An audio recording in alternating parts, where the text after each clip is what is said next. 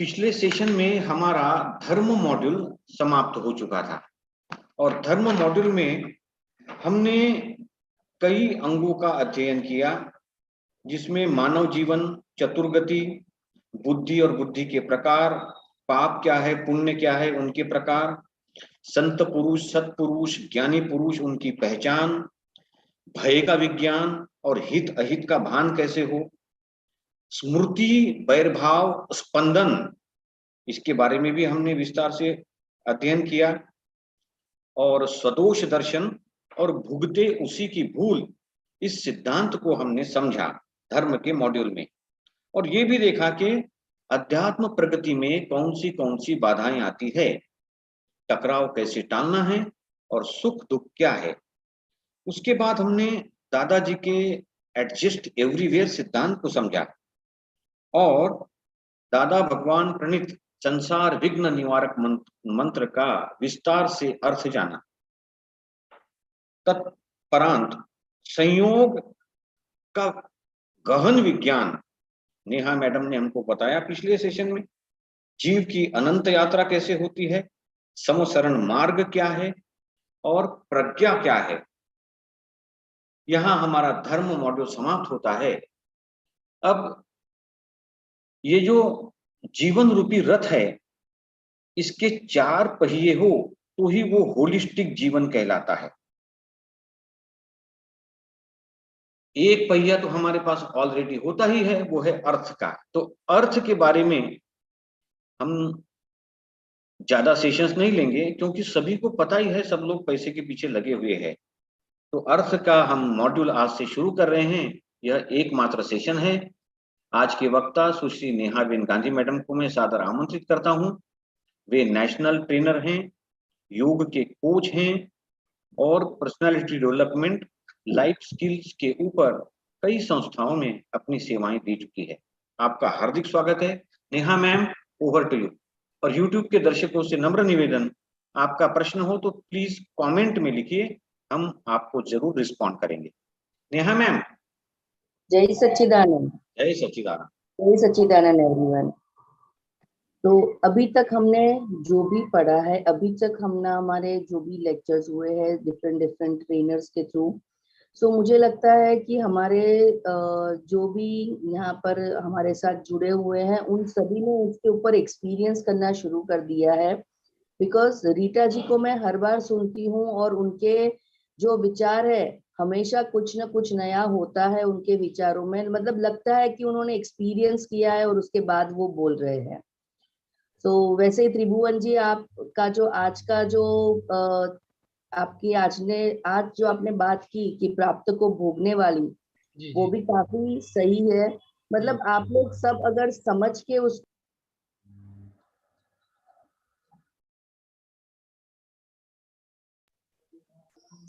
अगर हम उसमें आगे बढ़ेंगे तो शायद हमारे जीवन में एक बहुत बड़ा बदलाव आएगा, बहुत बड़ा पॉजिटिव चेंज आएगा। तो चलिए आज की बात हम शुरू करते हैं। मनुष्याणाम वृत्ति ही अर्थः, चाणक्य जी ने ये कहा था, और चाणक्य नीति which is the most famous नीति है। अब चाणक्य ने क्या कहा था कि धर्म, अर्थ, काम और मोक्ष, ये 4 जो पहिए हैं जीवन में, उसमें सबसे ज्यादा भार चाणक्य ने अर्थ पर दिया हुआ है। क्यों दिया हुआ है अर्थ पर? बिकॉज उनका ये विचार था, उनका ये मानना था कि अगर अर्थ प्रॉपर है, अगर मनुष्य के पास पैसा है, धन है, तो बाकी सारी चीजें वो बहुत ही अच्छे से नॉर्मलिटी में कर सकता है। धर्म भी अगर करना है शांत मन से, शांत चित्त से, तो उसके लिए भी पैसों की जरूरत है। क्योंकि अगर आपका पेट भरा होगा तो आपका मन भरा होगा और आप आराम से भगवान की भक्ति कर सकते हो। और पेट कब भरा होगा? जब आपके पास धन होगा। तो अर्थ is very important part of our life. वो सब कुछ नहीं है, धन पैसा सब कुछ नहीं है, लेकिन आज के जमाने में वो बहुत कुछ है। तो जो भी हम अपना परिवार चलाने के लिए, पेट भरने के लिए, या भौतिक संबंधित जो भी क्रियाएं हम करते हैं, उन सबको हमें जो अर्थ है, अर्थ की संज्ञा दी गई है। मतलब मानव सुविधा के जो मूल उसको जो भी फैसिलिटीज है, सुख सुविधाओं को, वो सुख सुविधा जहां से प्राप्त करने के लिए हम जो भी क्रिया करते हैं, अर्थोपार्जन की जो भी क्रिया करते हैं, उसे अर्थ माना गया है। अब धर्म के बाद अगर दूसरे स्थान पर कोई आता है तो वो अर्थ है। क्यों? क्योंकि बिना अर्थ के, बिना धन के हम अपना संसार नहीं चला सकते, हम अपना जीवन आसानी से नहीं चला सकते। अगर हम कोई भी बिजनेस कर रहे हैं, कोई भी जॉब कर रहे हैं, बिजनेस कर रहे हैं, तो उसके लिए हमें धन की आवश्यकता होती है, और उसी में से हम धन प्राप्त भी कर सकते हैं। हम मतलब पैसे कमा सकते हैं, इन शॉर्ट, राइट। सो ये क्यों होता है? क्योंकि हर किसी का परिवार है, बच्चे हैं, हस्बैंड वाइफ बच्चे, तो उनको बच्चों को पढ़ाने लिखाने के लिए भी हमें पैसों की जरूरत पड़ती है। बीमारी आ गई तो उसके लिए भी पैसों की जरूरत पड़ती है। मतलब धार्मिक कार्यों, प्रचार, अनुष्ठान, इन सभी के लिए भी हमें धर्म की आवश्यकता होती है। मनुष्य स्वभाव से ही कर्म प्रधान रहता है, वो कुछ ना कुछ कर्म तो रहता है, करता ही है, बिना कर्म के वो कभी नहीं रह सकता। तो जो कुछ भी कर्म करता है वो अपने जीवन के पर्याय तक वो जो कर्म करता है वो किस लिए करता है? ताकि अपनी जो भी इच्छाएं है, अपनी जो भी जरूरतें है, उसको पूर्ण कर सके, उसकी पूर्ति कर सके। अर्थोपार्जन मनुष्य का परम कर्तव्य है और ये बहुत ही पवित्र कर्तव्य है, लेकिन इसकी भी एक लिमिटेशन है, वो हम आगे देखेंगे। तो जो भी प्रकृति की विपुल संपदा को अपने और समाज के लिए प्रयोग कर सकता है और वो दूसरों की भलाई के लिए उसका उपयोग कर सकता है, तो वो अर्थ उपार्जन भी उसका जो होगा वो धर्म के आशय में रहकर ही होगा। मतलब वो जो धर्माचरण के उसके आधार पर रहेगा। धर्म ने हमें मार्ग सुझाया है कि प्रकृति से, समाज से हमने जो भी लिया है वो हमें समाज को वापस देना है। और क्यों वापस देना है? बिकॉज अगर हम लेते ही रहेंगे तो कहीं ना कहीं हम लोभी बन जाएंगे और कहीं ना कहीं हमारी जो निष्ठा है वो खत्म हो जाएगी। इसलिए समाज हमें बहुत कुछ देता है, तो हमारी भी ड्यूटी बनती है कि हम समाज को कुछ ना कुछ वापस दें। और ये कुछ ना कुछ क्या होगा? तो जरूरी नहीं है कि हमें पैसा ही देना है, हम प्यार दे सकते हैं, हम अच्छी भावनाएं दे सकते हैं, अच्छे विचार दे सकते हैं। ये HSRC जो अभी जो कार्य कर रहा है कि ये भी समाज को वापस देने वाली बात है। क्योंकि कहीं ना कहीं अगर हमारी सोच में, अगर हमारे विचारों में, अगर हमारे वर्तन में कहीं ना कहीं परिवर्तन आ गया तो it is back to the society. इसीलिए आज बहुत सारे NGOs काम करते हैं, आज बहुत सारे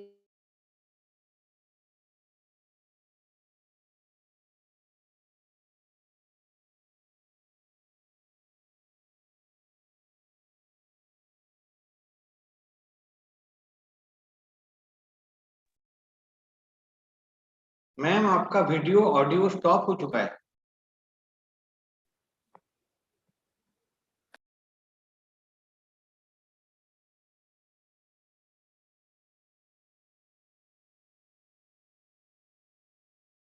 नेहा मैम शायद नेटवर्क इशू है, आपकी आवाज नहीं पहुंच रही हम तक।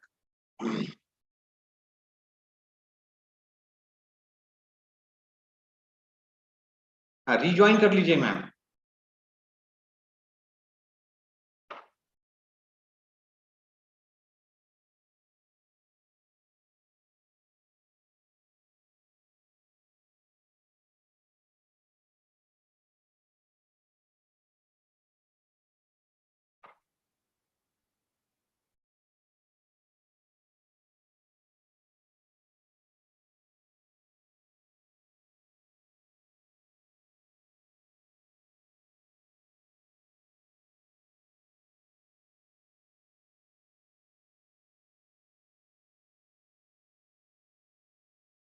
हाँ नेहा मैम रिज्वाइन कर लीजिए ना प्लीज, रिज्वाइन कर, शांति से कीजिए। हाँ, नेहा मैम के अपार्टमेंट में पावर चला गया है, वो मोबाइल से ज्वाइन करेगी।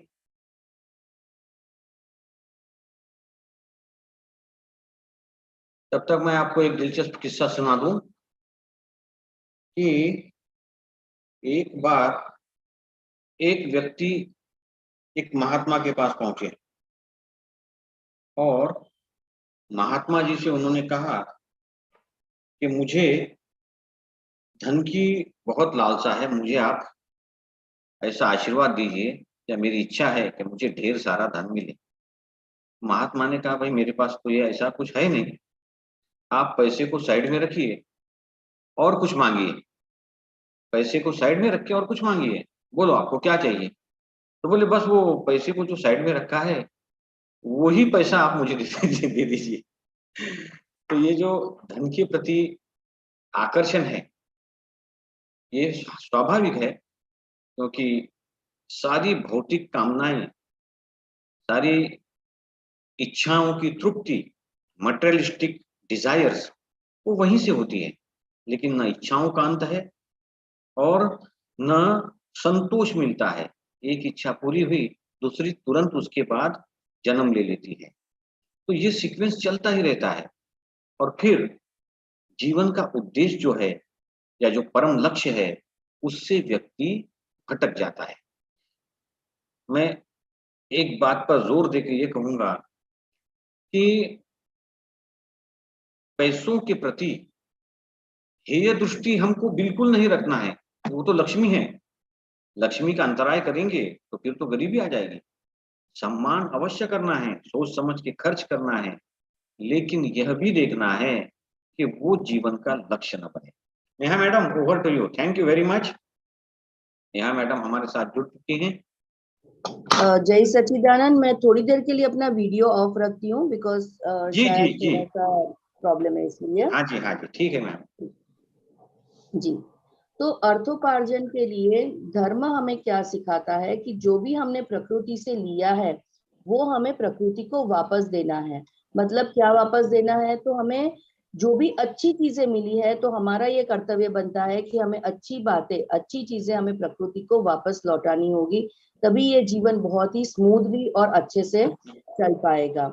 अब अर्थ के बारे में अगर हम आगे जाने तो अर्थ को हमें क्यों इतना इम्पोर्टेंस दिया गया है, तो अर्थ, जैसे पहले हमारी बात हुई कि बिना अर्थ के ना तो हम अपना घर परिवार चला सकते हैं, ना अपनी जरूरतें पूरी कर सकते हैं और ना अपना जीवन चला सकते हैं।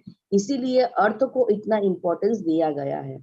अब दादा भगवान ने लाइफ के 6 आर्ट्स को बताया है, द 6 आर्ट्स ऑफ लाइफ, जो दादा भगवान ने बताए हैं कि ये 6 चीजें तो मनुष्य को आनी ही चाहिए।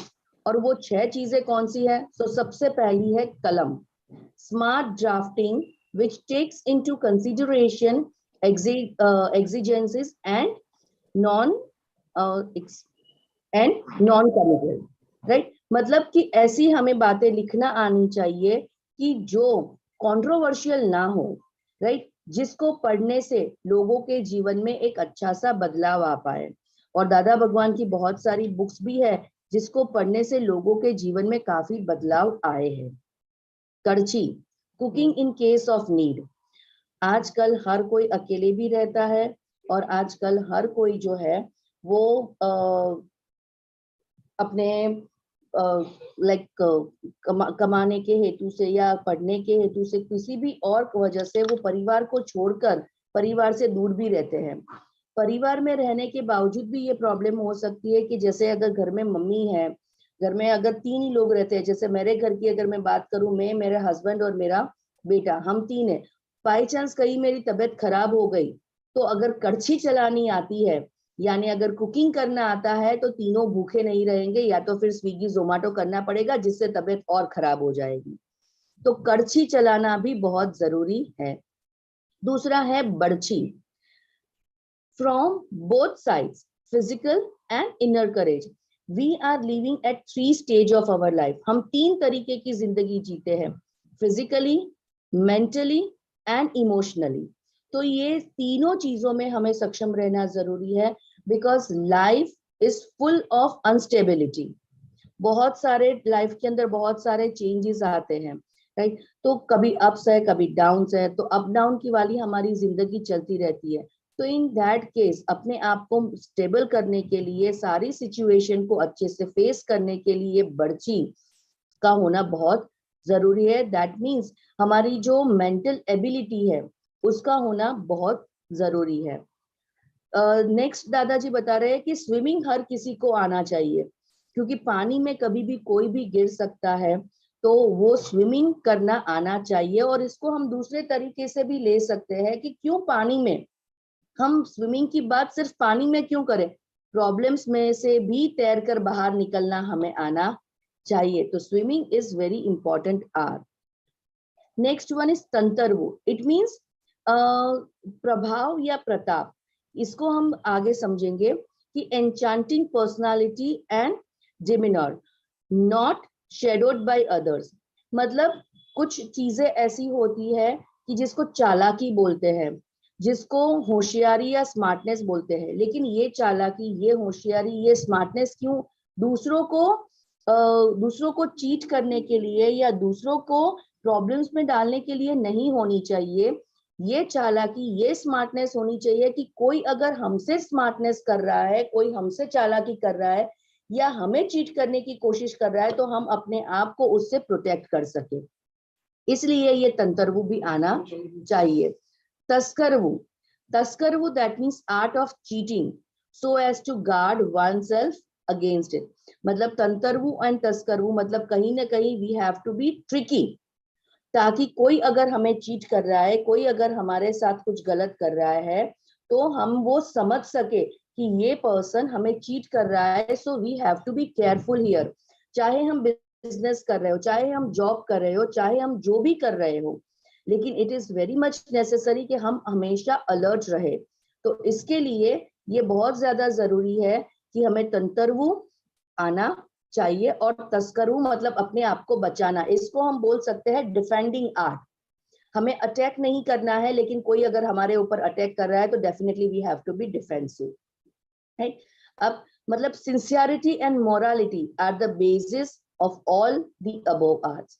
सिंसियरिटी होनी चाहिए और मोरालिटी, मॉरल्स, एथिक्स, इसको लाइफ का एक अनचेंज पहलू बना देना चाहिए कि किसी भी हाल में हमारी मोरालिटी डगमगानी नहीं चाहिए। किसी भी हाल में हमारी जो धर्म प्रति जो सिंसियरिटी है, खुद के प्रति जो सिंसियरिटी है, वो कभी भी चेंज नहीं होनी चाहिए। बेसिस ऑफ मॉडर्न इकोनॉमिक्स, आजकल के जो मॉडर्न इकोनॉमिक्स है उसका बेस क्या है? तो उसका सबसे बड़ा बेस है इच्छा, अनरिस्ट्रेन्ड वांट्स। मतलब जो भी हमारी इच्छाएं है वो कभी पूरी नहीं होगी, राइट। कि ये इच्छाएं, अगर आज, पहले इंसान को इच्छा होती थी साइकिल की, साइकिल चाहिए, साइकिल आ गई, उसके बाद अब तो गियर वाली साइकिल चाहिए, गियर वाली साइकिल आ गई, अब टू व्हीलर चाहिए, उसमें से फिर बाइक आएगा। बाइक भी क्या, उस बाइक चलाना सीख लिया, थोड़े देर यूज कर लिया, अब उसे हाई फाई बाइक चाहिए, Hayabusa type of hi fi bike चाहिए, वो हो गया। अब कार, कार भी नॉर्मल कार, जो कभी खत्म नहीं होने वाली है, वो बढ़ते ही वाली है। और जरूरियत और इच्छा दोनों में अंतर करना बहुत जरूरी है।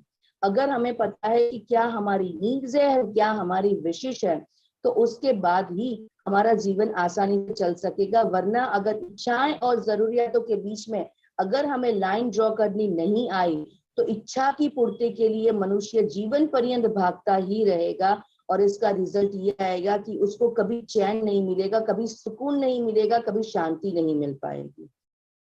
आवश्यकता, दैट इज अनलिमिटेड नीड्स, जो कभी पूरी नहीं हो सकती।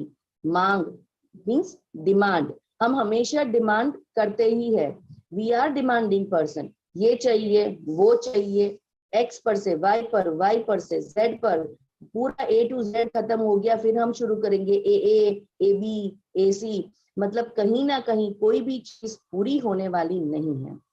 Individual competence is difference, hence equality is not feasible. जो भी इंडिविजुअल लोगों की जो जरूरत है, हर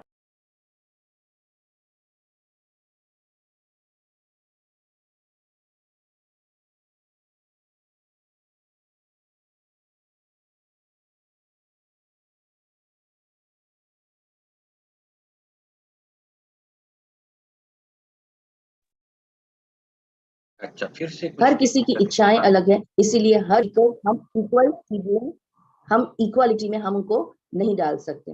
no place for ethics and morals. आजकल हमारी हम जो भी पैसे कमाते हैं या जो भी पैसे खर्च करते हैं, वो सब कुछ हमारे लिए होता है।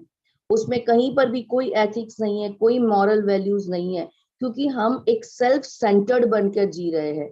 दूसरों का जो होना हो वो हो। अरे ठीक है यार, अगर कोई चीटिंग कर रहा है, थोड़ी बहुत चीटिंग तो बिजनेस में चलती है, थोड़ा बहुत ऊपर नीचे तो बिजनेस में चलता रहता है, थोड़ी तो चीटिंग करनी ही पड़ेगी। अपने मॉरल्स के साथ, अपने विचारों के साथ कहीं ना कहीं कॉम्प्रोमाइज तो करना ही पड़ेगा। ये हमारी आजकल की मेंटालिटी हो गई है, और हम ये मानना शुरू कर देते हैं कि अगर हम कहीं कुछ गलत नहीं कर रहे हैं, दैट मीन्स कि हम अच्छे से जिंदगी नहीं जी पाएंगे। अच्छे से अगर जिंदगी जीनी है तो कुछ ना कुछ गलत तो करना ही पड़ेगा।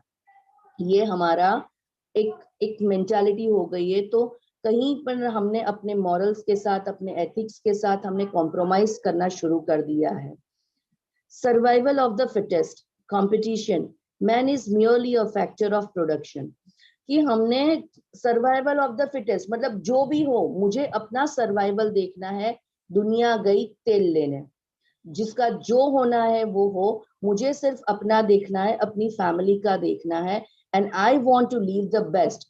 फिर उसके लिए मुझे आसपास के लोगों के साथ भले ही चीटिंग करनी पड़े, भले ही कुछ ना कुछ गलत करना पड़े, मुझे उसमें कोई प्रॉब्लम नहीं है। So we are just the product. हम एक फैक्ट्री बन गए हैं जिसके अंदर से सिर्फ धन की प्रोडक्टिविटी होती रहनी चाहिए और कुछ भी नहीं। थिंक्स अबाउट काम एंड अर्थ ओनली, इग्नोर्स धर्म मोक्ष। आज के जमाने में सीरियसली हम सिर्फ अपने काम पर ध्यान देते हैं, और काम भी हम क्यों करते हैं, तो सिर्फ और सिर्फ पैसे कमाने के लिए। और हमने धर्म और मोक्ष को कहीं उसका बंडल पैक करके उसको अभराई पे मतलब मालिये पर चढ़ा दिया है, कि इसकी अभी तक कोई वैल्यू जरूरत नहीं है। आजकल हम लोग क्या सोचते हैं पता है, कि अभी हमारी एज क्या है, हम धर्म कब करेंगे, एट द एज ऑफ 60। 60 साल के बाद जब हम रिटायर हो जाएंगे, फ्री हो जाएंगे, उसके बाद धर्म करेंगे। लेकिन तब तक डू वी नो कि कब हमारी लाइफ एंड होने वाली है। ये कोरोना ने तो बहुत अच्छे से हम सबको सिखाया है कि जिंदगी का कभी कोई भरोसा नहीं है, कभी भी जिंदगी खत्म हो सकती है। 60 इयर्स तक हम एक्सटेंड ना भी कर सकते उसको। तो समय है कि जब हम जो भी कार्य कर रहे हैं, धर्म के लिए कुछ वक्त निकालना बहुत जरूरी है। धर्म इट डजंट मीन कि आप आराम से माला लेकर बैठ जाओ। धर्म डजंट मीन कि भगवान के सामने 2-3 घंटे बैठे रहो। बट धर्म इट मीन्स व्हाट, कि जो भी आप काम कर रहे हो उसको सिंसियरिटी से करो। आप अगर व्यापार भी कर रहे हो तो उसमें मॉरल्स रखे, अपने एथिक्स रखे, जिसको फॉलो करे। धर्म दैट मीन्स भगवान का नाम लेना जरूरी है। ये नहीं है कि भगवान का नाम लेना नहीं जरूरी है, लेकिन તારું सर હોમવર્ક ભાઈ ડાયરીમાં બધું આવી ગયું કે ઓલું મારે લાવવું જોઈએ પીડીએફ? सर आप म्यूट कर देंगे प्लीज। એસએસ નો લાસ્ટ બીજો थैंक यू। सो धर्म करना जरूरी है, लेकिन धर्म के लिए 4-5 घंटे निकालना ये जरूरी नहीं है। अगर आप कोई भी बिजनेस कर रहे हो, उसमें आप मॉरल्स को ध्यान में रखते करते हो, अपने एथिक्स को चूज करके उसके ऊपर काम करते हो, तो ये भी एक प्रकार का धर्म है। आप अगर किसी की हेल्प करते हो तो ये भी एक प्रकार का धर्म है। हेल्प करना दैट डजंट मीन कि फिजिकली हेल्प करना या फिनेंशियली हेल्प करना। किसी के विचारों में शुद्धि लाना भी एक तरीके की हेल्प ही है। किसी को, आजकल के जो हमारे यंगस्टर्स है वो गलत रास्ते पर जा रहे हैं, उनको रोकना, उनको सही रास्ते पर लाना भी back to the society work हो गया। अगर हम किसी के विचारों को शुद्ध कर सकते हैं तो इससे बड़ा धर्म शायद कोई नहीं हो सकता। Money is the centre, money is really in the centre. क्योंकि एक आज एक जो मूवी का डायलॉग है, वो हम सबका डायलॉग आजकल बन चुका है, अपना सपना मनी मनी मनी। और कोई सपना नहीं है, खूब सारे पैसे कमाने हैं, खूब सारी लग्जरी पानी है, एंड आराम से लग्जरियस जीवन जीना है। मेरी mummy, she was the physiotherapist. तो वो घर पे उनको फिजियोथेरापी, जो जिनको पैरालाइज और ये सब होता था, तो वो क्लिनिक पर नहीं आ सकते थे। तो उनको घर पे कराने के लिए थोड़ा बहुत सेशंस उनको घर पे कराने के लिए जाना पड़ता था। सो मेरी मम्मी के एक पंजाबी पेशेंट थे जिनको लाला जी बोलते थे, and he was really very loving. बहुत मम्मी की बहुत केयर भी करते थे। मम्मी जैसे अगर गई है तो उनके घर से, मतलब उनके उनके जो फैमिली मेंबर्स थे वो मेरी मम्मी को भी फैमिली मेंबर्स की तरह मानते थे। अब लाला जी को पैरालिसिस हो गया था, वो अपना जो पूरा एक साइड है वो उठा नहीं पाते थे। सो और उनको it was very painful because उनका बॉडी पूरा बहुत ज्यादा स्टिफ हो गया था। तो it was very painful for him कि उनकी नॉर्मल वर्क के लिए भी उनको किसी के ऊपर डिपेंडेंट रहना पड़ता था। सो जब एक दिन जब मम्मी गई, उनको काफी 2-3 महीने हो गए थे मम्मी को जाते हुए, थोड़ा बहुत चेंजेस आने लगा था। 2-3 महीने के बाद वो जो लाला जी है उन्होंने मम्मी को एक बार बीजी को बोला। उनपे जो उनकी जो वाइफ थी उनको घर पे बीजी बोलते थे because she was the Lala ji and Biji, they were the like elderly person of the house. दादा दादी जैसे हम बोलते हैं ना, तो उनमें लाला जी और बीजी बोलते हैं। सो बीजी को बोला कि सुधा को एक बार रूम में लेकर आना। मम्मी ने बोला क्यों जाना है? तो बीजी बोला पता नहीं, लाला जी आपको कुछ दिखाना चाहते हैं। तो बीजी और मम्मी रूम में गए। तो रूम में मम्मी ने जाकर देखा कि मतलब लाला जी ने अपना पूरा जो बेड था ना वो 500 की नोट से सजा के रखा था, फुल बेड। और वो लाला जी मम्मी को क्या बोल रहे हैं कि सुधा, ये जो पूरा बेड सजाया हुआ है ना, ये 500 की नोट का, तुझे इसमें से जितने पैसे चाहिए ना, तू सारे पैसे इसमें से ले ले। पता नहीं मैंने कितने इसमें कितने हैं, मैंने गिने भी नहीं है। तू सारे पैसे ले ले, लेकिन हाथ जोड़ता हूं तेरे सामने, मुझे जल्दी ठीक कर दे, मुझसे ये दर्द अभी बर्दाश्त नहीं हो रहा है।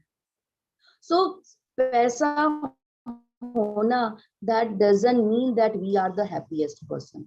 और पैसा होने के बाद अगर हम सोचते हैं कि अभी हम बहुत सारी मेहनत कर लेते हैं, बहुत काम कर लेते हैं और एक बार पैसा आ जाएगा ना फिर हम खुश हो जाएंगे, तो इसी मान्यता में जब हम जीते हैं तब कहीं ना कहीं हम अपनी बहुत बड़ी गलती कर रहे हैं। क्योंकि खुशियां आपके पैसे आने का वेट नहीं करेगी। वो जो मोमेंट है, वो जो पल है जिसको हम कैमरे में कैद करना चाहते हैं, जिसको हम मोबाइल्स में कैद करना चाहते हैं, वो पल शायद दोबारा नहीं आएगा। सो कैद करने की जगह पर जरूरी बन जाता है कि हम उस मोमेंट को एट द टाइम एंजॉय करें कि जब हमें वो मोमेंट मिला है। तो कहीं ना कहीं जब हम पैसे कमा रहे हैं, it is very much necessary कि हम पैसों के साथ साथ अपनी खुशियां भी कमाएं, पैसों के साथ साथ अपना धर्म भी कमाएं और अपनी पर्सनालिटी को उस तरह से हम डेवलप करें। Encourage selfishness, self centeredness, it leads to cruelty, exploitation. Yes, जब हम सेल्फ सेंटर्ड बन जाते हैं, शेल्फिश बन जाते हैं, तो जब हम सिर्फ अपने ही बारे में सोचते हैं, किसी और के बारे में नहीं सोचते।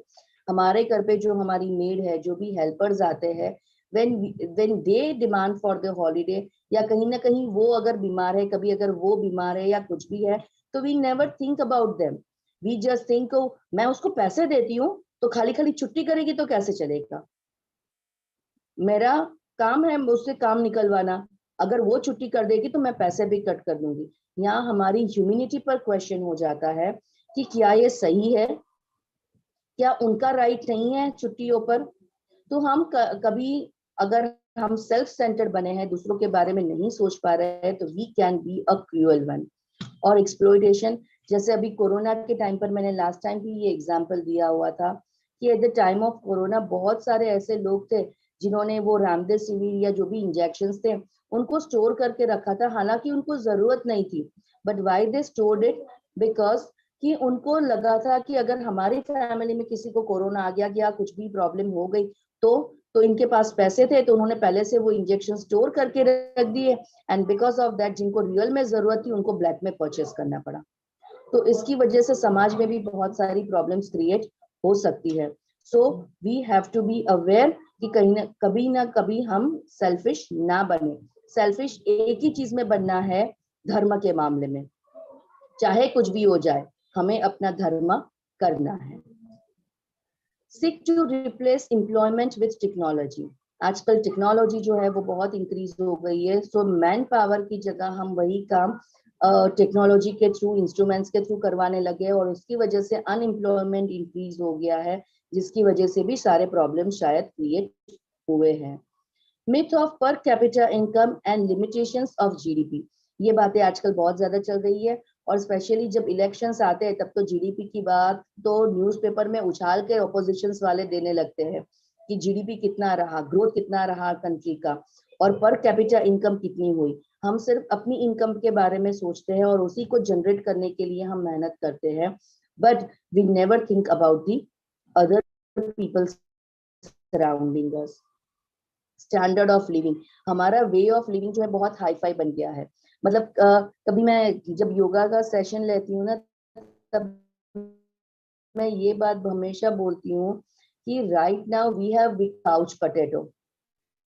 सीधे से हमें उठकर हमें मेहनत नहीं करनी है, जिम में जाकर करेंगे या दूसरी जो फिजिकल एक्टिविटीज है वहां पैसा देकर हम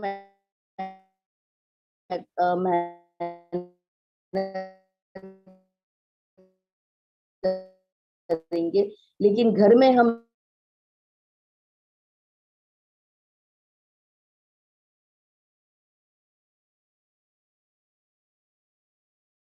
नेटवर्क इशू हो रहा है। मैम आप वीडियो बंद कर दीजिए।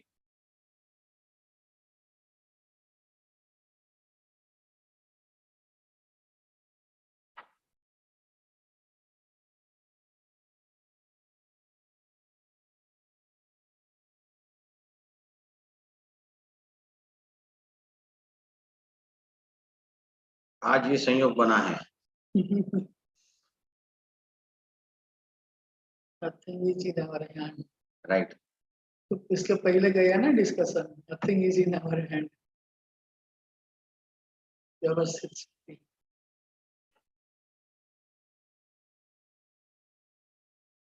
नेहा मैडम बस कुछ ही समय में हमारे साथ जुड़ेंगे।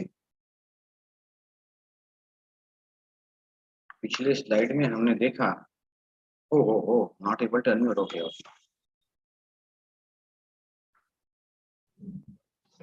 Thank you sir. I am sorry everyone, आज थोड़ा सा नेटवर्क इश्यू है तो मैं छुपम छुपाई का खेल खेल रही हूँ, कभी गायब कभी प्रेजेंट, सो प्लीज आज एडजस्ट कर लीजिए। नहीं, आवाज क्लियर आ रही है आपकी, स्पष्ट आवाज आ रही है। Thank you sir. तो हमारा स्टैंडर्ड ऑफ लिविंग जो है वो बहुत हाई फाई हो चुका है, क्योंकि हमें सारी लग्जरीज चाहिए और उसके आगे हमें कोई मेहनत नहीं करनी है।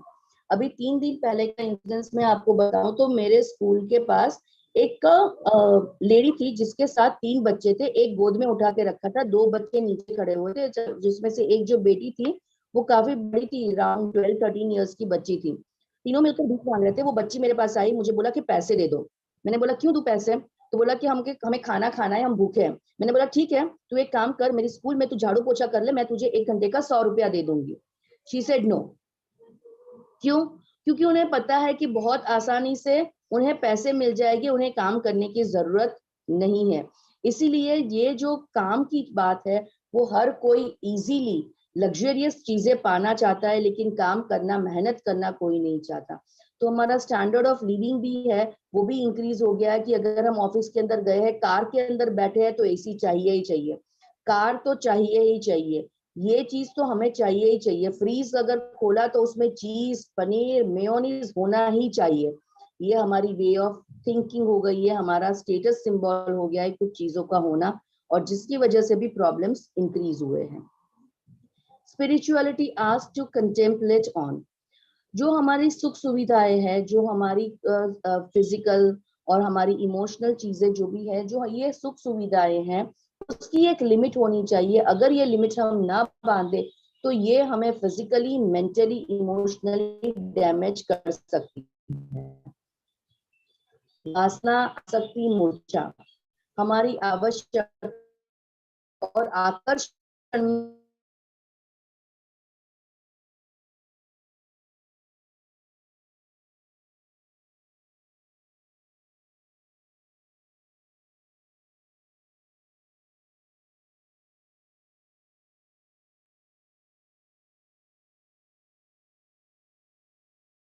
मैम आवाज नहीं आ रही आपकी।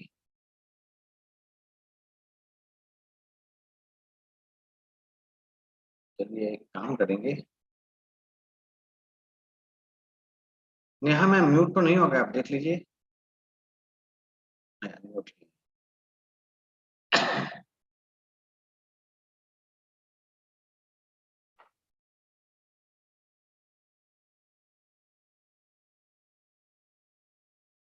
नेटवर्क का इश्यू हो रहा है आज।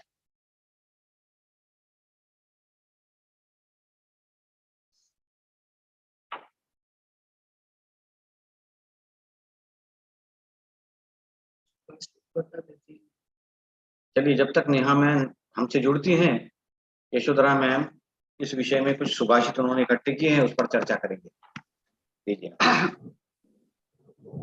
नेहा मैडम ने तो बताया कि अर्थ कैसे जरूरी है, लेकिन अर्थ कैसे अक्लेशेन शरीरस्य कुर्वीत स्वर्ण संचयम, accumulate wealth without straining the body, अनिर्वेद प्राप्याणि Shreyasi, earn wealth with enthusiasm, जनानुराग जाता ही श्रीवर्ष Manu स्वावती, wealth acquired through affection of all is passed on from one generation to another.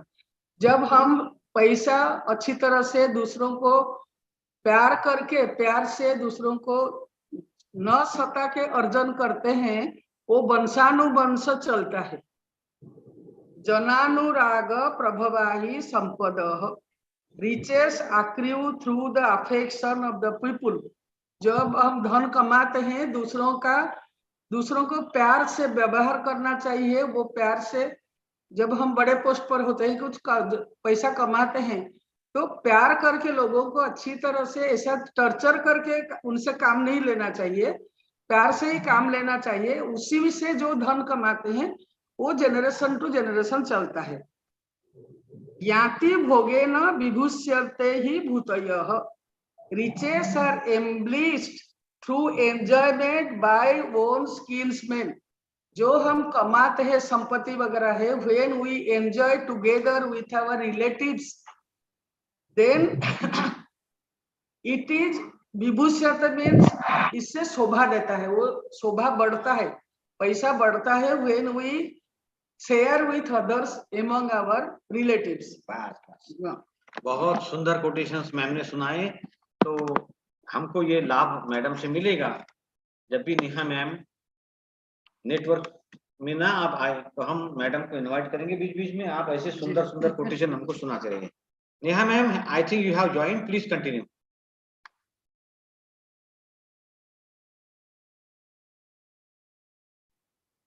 Am I audible now? Yes yes, clearly please. तो spirituality जो है वो हमें क्या सिखाती है? Spirituality doesn't mean कि भगवान के सामने बैठकर मालाएं गिनते रहो। स्पिरिचुअलिटी दैट मीन्स कि हमारे अंदर लोगों को हेल्प करने की जो भावना है, किसी का बुरा न करने की जो भावना है, हमारे अंदर जो एक वृत्ति है कि हमें लोक कल्याण की कामनाएं करनी है, लोक कल्याण की भावना हमें रखनी है, तो ये स्पिरिचुअलिटी का एक पार्ट है। तो अपनी सुख सुविधाओं को हमें लिमिट करना होगा कि क्या हमारी जरूरत है और क्या हमारा आकर्षण है। शाहरुख खान से मिलना सबका आकर्षण रहता है, राइट? सो कहीं ना कहीं हमें ये किसी चीज को स्टॉप करना होगा कि हमारी जो भी इच्छाएं हैं, हर इच्छा की पूर्ति जरूरी नहीं है कि पॉसिबल होगी, उसके लिए काम करना है, उसके लिए मेहनत करनी है। लेकिन अगर वो इच्छा की पूर्ति नहीं हो रही है तो उसके पीछे अंध होकर भागना नहीं है, वरना ना तो इच्छा पूर्ति होगी, ना संतोष मिलेगा, ना सुख मिलेगा और ना ही शांति मिलेगी। और जब हम खुद दुखी है तो हम अपने आसपास के लोगों को किस तरह से सुख दे सकते हैं? अगर हम खुद शांत नहीं है तो हम अपने आसपास के लोगों को किस तरह से शांति प्रदान कर सकते हैं? प्रतिष्ठा, स्टेटस सिंबल। कुछ ब्रांडेड कपड़े पहनना is a status symbol. IPhone use करना इज अ स्टेटस सिंबल। क्यों आईफोन यूज करें? जबकि आईफोन के आधा से ज्यादा फीचर्स तो लोगों को पता भी नहीं होंगे। जो भी आईफोन यूज कर रहे हैं हार्डली 10% उसका यूज कर रहे होंगे। जो काम 10,000 के फोन से चल रहा है तो उसके लिए हमें 65,000 का फोन परचेस करने की क्या जरूरत है? लेकिन मेरे फ्रेंड के पास आईफोन है तो मुझे आईफोन चाहिए, मुझे उसकी जरूरत हो या न हो। मुझे उसकी रिक्वायरमेंट हो या ना हो, लेकिन मेरे फ्रेंड के पास है तो मुझे वो चाहिए। सो हमने अपने खुद के लिए बहुत सारी भ्रांतियां, मिथ बना के रखी है कि ये तो मेरे पास होना ही चाहिए तभी हम मुझे रिस्पेक्ट मिलेगा, ब्रांडेड कपड़े तो पहनने ही पड़ेंगे तभी रिस्पेक्ट मिलेगा। लेकिन simplicity is the best way to live a life. वो जो कहते हैं ना, live simple, simple living and high thinking, वो स्पिरिचुअलिटी सिखाती है। कंसीडर ऑल 4 पुरुषार्थs, morals, values, non violence and compassion. Morals it means life में कुछ हमारे चीजें होनी चाहिए कि हमें दूसरों का गलत नहीं करना है, चीटिंग करके पैसे नहीं कमाने हैं। वैल्यूज हमें अपने बनाने होंगे कि ऐसा अगर कुछ भी होगा। एक दादाजी ने बहुत अच्छी एक बात बताई थी, जो आई थिंक मैंने बताई है, लेकिन फिर भी मैं अभी रिपीट कर रही हूँ क्योंकि अर्थ का मामला है। तो कि एक कोई सरकारी कर्मचारी था जो दादाजी के पास आया और सरकारी कर्मचारी ने दादाजी से बताया कि मेरी सैलरी बहुत कम है और आजकल आप जानते हो कि महंगाई बहुत बढ़ गई है, तो इन दैट केस मुझे ऊपर की कमाई करनी पड़ती है, या मुझे जो भी रिश्वत है या जो कुछ भी है वो लेना पड़ता है। तो इन दैट केस मुझे तो थोड़ा बहुत ये ऊपर का, वरना मैं अपने फैमिली को प्रॉपरली चला नहीं पाऊंगा। सो दादाजी ने क्या बोला था उसको कि उसमें भी आपकी एक वैल्यू एडिशन आपको करना पड़ेगा। कि जैसे आपकी सैलरी है 5000, आपका घर का खर्चा है 15000, तो आपको कितने पैसे कम पड़ रहे हैं? 10,000 रुपीज आपको कम पड़ रहे हैं। चलो 10,000 रुपीज, तो आप एक लिमिट बांध दो कि भाई 10,000 रुपीज है तो मैं 15 या 20,000 रुपीज, आप एक बार में लिमिट बांध दो कि मैं जब तक 20,000 रुपीज मुझे ऊपर की कमाई के चाहिए ताकि मैं कुछ अपना खर्चा कर सकूं और कुछ मैं अपनी सेविंग्स कर सकूं। लेकिन 20,000 से ऊपर जो कोई भी काम आया वहां पर रिश्वत नहीं लेनी है। रिश्वत कहाँ तक, उसमें भी मतलब अगर आप बेईमानी करो तो वो भी ईमानदारी से करो। कि अगर आपको कोई भी चीज की जरूरत है तो इसकी एक लिमिट बांधो कि उसके ऊपर अगर आएगा तो मैं ईमानदारी से ही करूंगा, मैं एक पैसा उसमें से नहीं लूंगा। और उसमें से भी पर्सन को देखकर इफ यू फाइंड कि हाँ वो वेल टू डू पर्सन है, बहुत ही हाई फाई पर्सन है, तो आप उसको ले सकते हो। लेकिन अगर कोई नीडी पर्सन आया है, कोई गरीब व्यक्ति आया है, तो उसको लूटना वो भी हमारी वैल्यूज के खिलाफ हो जाएगा, हमारे एथिक्स के खिलाफ हो जाएगा। तो कोई भी जब हम काम करते हैं तो उसमें वैल्यू एडिशन हमें डालना ही पड़ेगा, तब जाके हम अपने आप को भी अच्छे से सेफ रख सकते हैं। नॉन वायलेंस इट मीन्स अहिंसा, किसी को भी हमारे द्वारा कष्ट ना पहुंचे। शारीरिक रूप से तो ठीक है, लेकिन मानसिक रूप से भी ये नहीं सोचना है कि इसको तो मार ही डालना चाहिए, इसको तो ऐसा ही करना चाहिए। तो वो नॉन वायलेंस जो है वो फिजिकली फॉलो करना है, लेकिन उसके साथ साथ मानसिक तरीके से भी नॉन वायलेंस को फॉलो करना है। दूसरों के प्रति प्यार, दूसरों के प्रति संभाव, ये तो डेफिनेटली होना ही चाहिए। क्योंकि अगर जब आप दूसरों की प्रॉब्लम को समझना शुरू करोगे तब आप उनके साथ अच्छे से व्यवहार कर पाओगे। और ये बहुत अच्छे से कहा गया है कि if you work for others, if you pray for others, you need not to pray for yourself. अगर आप लोगों की मदद करते हो, अगर आप लोगों के लिए अच्छा करते हो, तो डेफिनेटली आपके साथ भी अच्छा होना ही है। तो फिर आपको अपने लिए प्रेयर करने की जरूरत नहीं पड़ेगी। Different needs of body, senses, mind, ego in the order of priority, imaginary needs, मतलब हम सबकी जरूरत डिफरेंट डिफरेंट है। हमारी बॉडी की रिक्वायरमेंट अलग है, हमारी भावनात्मक रिक्वायरमेंट अलग है, और हमारा जो ईगो है जो टॉप के ऊपर जाकर बैठा है उसकी भी रिक्वायरमेंट अलग है। कहीं पर जाते हैं तो मुझे बुलाना चाहिए, आइए आइए बैठिए, वरना बोलेंगे मैं तो उसके घर पे गई, उसने मुझे चाय तक नहीं पूछी, मुझे कोई भाव नहीं दिया, कुछ भी नहीं दिया। तो वहां पर हमारा ईगो हर्ट हो जाता है। जो भी इनविटेशन कार्ड्स या कुछ भी होता है, मेरा नाम पहले होना चाहिए। अरे भाई लास्ट में लिखा तो भी क्या फर्क पड़ जाता है? नहीं, मेरा नाम सबसे पहले सबसे ऊपर होना चाहिए। नाम के लिए मारामारी होती है। जो दान पुण्य भी हम करते हैं वहां पर भी बड़े बड़े अक्षरों में नाम आना चाहिए कि फला फला भाई के थ्रू हमें इतना रुपीस का दान मिला है, तो वो भी हमारा ईगो सेटिस्फाइड करता है। और दादा भगवान की एक ये जो संस्था है वहां पर एक बहुत अच्छी सिस्टम है कि आप 100 रुपया दो, 1000 रुपया दो, लाख दो या 10 लाख रुपया दो, जो भी आप दो आपको रिसिप्ट मिल जाएगी लेकिन किसी भी तख्ती पर कहीं पर भी आपका नाम रिफ्लेक्ट नहीं होगा। तो आपका जो ईगो है वहीं पर ईगो को शांत कर दिया जाता है कि दान देना है तो अच्छे से सिर्फ दान देने के लिए दान देना है, नाम कमाने के लिए दान नहीं देना है। मैन इन द सेंटर, जैसे हमारी पहले बात हुई, वी, आई। सो आई से जब हम वी बनेंगे ना, तब समाज में बदलाव आना शुरू हो जाएगा।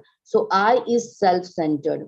इंसान जो है पहले था कि धर्म को हम सेंटर में रख के चलते थे, समाज को सेंटर में रख के चलते थे, लेकिन आज हम अपने आप को सेंटर में रख कर चल रहे हैं, और जिसकी वजह से कभी हम क्रूअल्टी कर देते हैं, कभी हम न करने वाली बातें सोच भी लेते हैं, और कभी कभी हमारा बिहेवियर थोड़ा सा एबनॉर्मल हो जाता है। 3 काइंड्स ऑफ मैन। एक महच्छ, जो अधर्म द्वारा अपनी आजीविका को उपार्जन करता है, चोरी, लूटपाट, लोगों को चीट करना। दूसरा जो है अल्पेच्छ, इसका मतलब कि इसकी इच्छाएं बहुत कम है, मिला तो भी वो अपनी इच्छाओं के लिए वो उसकी इच्छाएं कम है, लेकिन उसके लिए वो मेहनत भी ज्यादा करता है। और दूसरा जो है वो इच्छाजयी, जिसने अपनी इच्छाओं पर काबू प्राप्त कर लिया हो, इच्छाओं पर जय प्राप्त कर लिया हो, जो उसे मिल रहा हो उसी के थ्रू वो काम कर रहा है, सो वो व्यक्ति जो है वो इच्छाजयी कहलाता है। चीजें बहुत सारी होती है, लेकिन उसका यूज करने से, वस्तुनो उपभोग, उपभोग इट मीन्स उसको यूज करने से क्या हमें क्या मिलता है और क्या हमें पीछे से मिलता है। तो जो भी चीजें, एक अनिवार्यता, अनिवार्यता दैट मीन्स कि जो भी हमारी नीड्स है, हमारी जरूरत है, जैसे हमारी अनिवार्यता है कि हमें एक घर चाहिए, छत चाहिए, खाने के लिए रोटी, कपड़ा, मकान, ये जो सारी 3 जो चीजें हैं वो हमारी अनिवार्यताएं हैं। तो उसका अगर हम यूज करें तो हमें क्या मिलता है, उसको जब हम यूज करते हैं तब हमें थोड़ा सा सुख मिल जाता है, because we feel happy, we feel safe, कि हाँ भाई कुछ भी हो जाए मुझे मेरे घर से तो कोई नहीं निकाल सकता, मेरे सर पे छत तो है। तो ये हमें एक फैसिलिटी भी मिल जाती है, और एक कहीं ना कहीं हमें एक, हम शांत रहते हैं कि हमारे पास कुछ भी हो जाए हमारे पास खुद का घर तो है, मतलब छत है। और इस चीजों का अगर हम चीजों को इस्तेमाल ना करें, इसका उपभोग मतलब इस्तेमाल ना करें, तो हमें दुख होता है। जिसके पास खुद का घर नहीं है, जो झोपड़पट्टी में रह रहे या खुले में रह रहे, उनके पास छत नहीं है, बारिश की मौसम में अभी जो 42-45 डिग्री टेम्परेचर है उसमें उनको बहुत दुख होता है।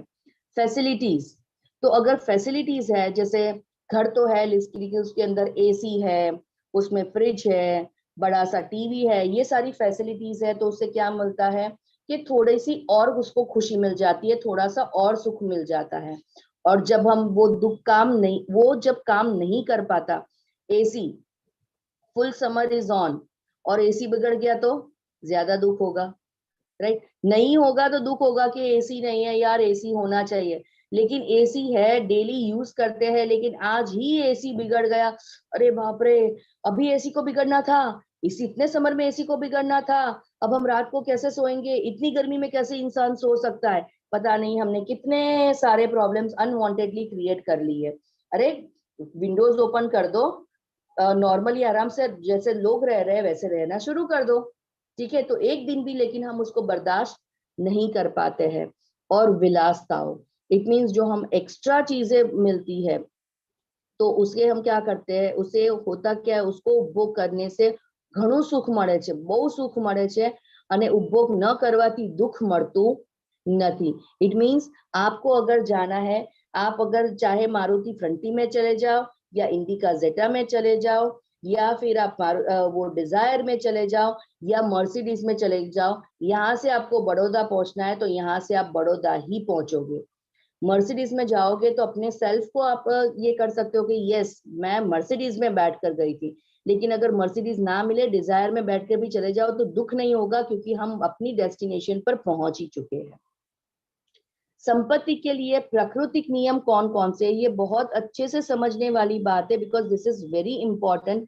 अगर ये हम समझ जाए ना तो हम धन संचय करना भी बंद कर देंगे और गलत तरीके से हम पैसे कमाना भी बंद कर देंगे। सो ये जो पैराग्राफ है वो मैं एज इट इज पढ़ना चाहूंगी कि दादाजी क्या कहना चाहते हैं कि धन संचय करते वक्त यह देखना कि गलत रास्ते से या छल की कमाई का तो संचय नहीं कर हो रहा है ना, क्योंकि अगर हम गलत तरीके से पैसे कमा रहे हैं, नेगेटिव वे से अगर हमारे घर के अंदर पैसे आ रहे हैं, तो वो हमारे घर के अंदर सुख देगा, शांति नहीं देगा, फैसिलिटीज देगा, प्यार नहीं देगा, घर में कंकास बढ़ता जाएगा।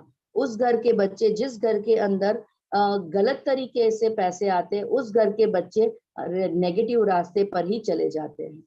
तो ये बहुत जरूरी है कि देखना कि हमारे घर में जिस रास्ते से पैसे आ रहे हैं वो रास्ता एकदम सही हो। वह आपके पास टिकेगा नहीं, बैंक में जमा करने पर भी वह चला जाएगा। बैंक में जमा किया, पता चला कि बैंक उठ गई। अगर अनीति से धन संचय करोगे तो वही अनीति आपके साथ चलेगी। सोचो गलन के वक्त आपकी क्या दशा होगी। लक्ष्मी को कोई रोक नहीं सकता, वो तो भगवान की पत्नी है, इसीलिए तो लक्ष्मी को चंचला कहा गया है कि बड़ी चंचल होती है।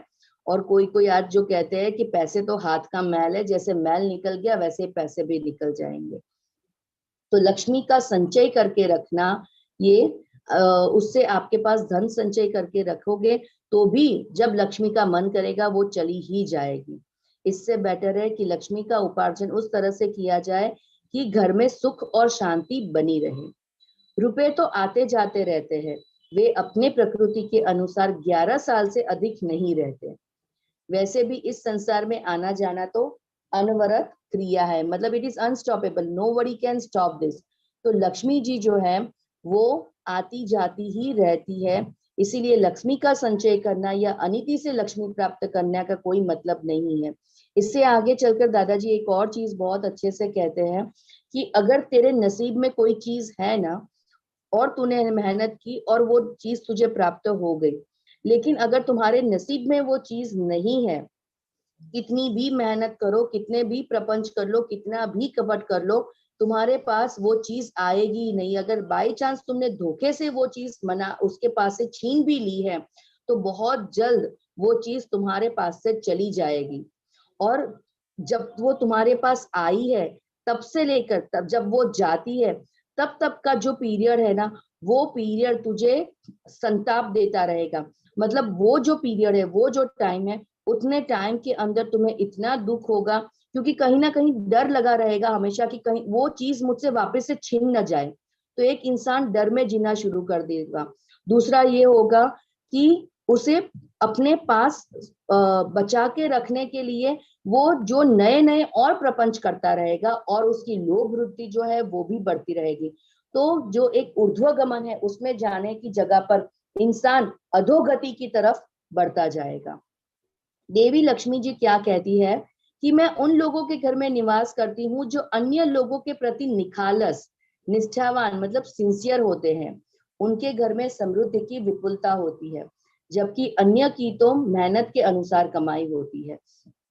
इसीलिए दादाजी ने एक बहुत अच्छा एग्जाम्पल भी दिया था कि अगर सिर्फ मेहनत से कमाई होती ना तो मजदूर सबसे ज्यादा पैसे वाले होते, बिकॉज सबसे ज्यादा मेहनत वही करते हैं, लेकिन उनको दिन के 500 या 700 रुपए मिलते हैं और कभी कभी तो उन्हें अगर रोजगार नहीं मिली तो वो भूखे भी रहते हैं।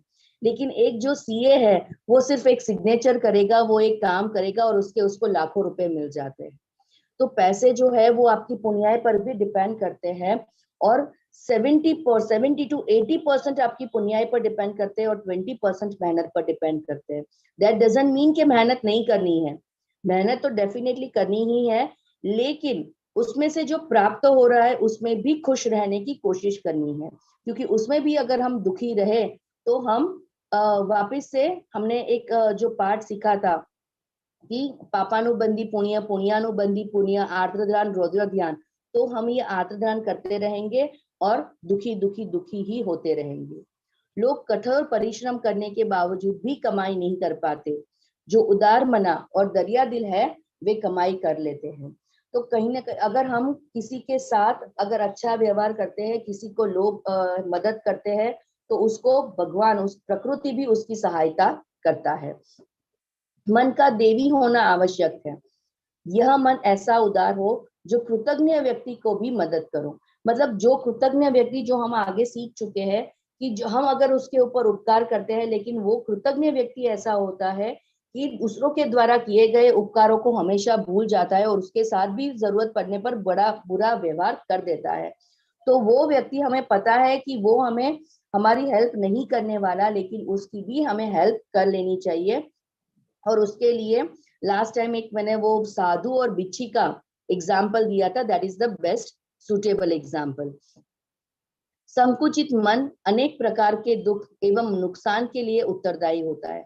जो सिर्फ लोभ करना जानते हैं, जो सिर्फ मेरा मेरा मेरा या इकट्ठा करना चाहते हैं, उसके लिए बहुत सारे दुख के दरवाजे खुले हुए हैं और उसके लिए नुकसान के भी दरवाजे खुले हुए हैं।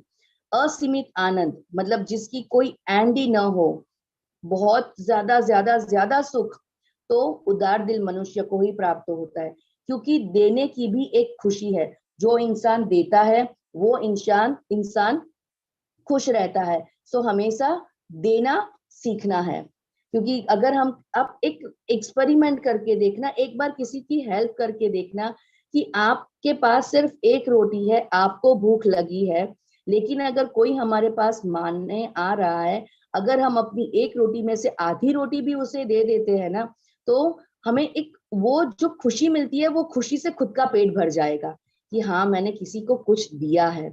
तो किसी को कुछ देने की जो भावना होती है, उससे ही इतना सुख प्राप्त होता है कि फिर हमें ये भौतिक सुखों के लिए दर दर भटकना नहीं पड़ता। चोरी के कारण रुपयों की कमी रहती है। जहां मन वचन काया से छल या चोरी नहीं होती, वहां खुश होकर लक्ष्मी जी धन की वर्षा कर देती है। पैसों की कमी, हर किसी को आजकल पैसों की, कितना भी करोड़पति इंसान हो ना, उसको भी पैसे की कमी होती ही है। आप 500 रुपए की नोट नीचे गिरा दो, कितना भी करोड़पति इंसान होगा ना, वो नीचे झुकेगा ही झुकेगा पैसे लेने के लिए, क्योंकि कभी किसी की इच्छाएं पूरी नहीं होती है। तो मन वचन काया से छल से चोरी न हो, वहां पे लक्ष्मी जी की अनराधार कृपा बरसती ही रहती है और उसके लिए उसे कहीं पर भी ढूंढने जाने की जरूरत नहीं पड़ती। चोरी धन के लिए बाधक है। हम ये समझते हैं टैक्स की चोरी कर ली तो उससे हमारा धन इंक्रीज हो जाएगा, लेकिन हमने देश के साथ गद्दारी की है। जिस देश में हम रहते हैं उसके साथ अगर हम गद्दारी कर रहे हैं तो वो भी एक चोरी ही मानी जाएगी और वो चोरी कहीं ना कहीं हमारे लिए बाधक होगी।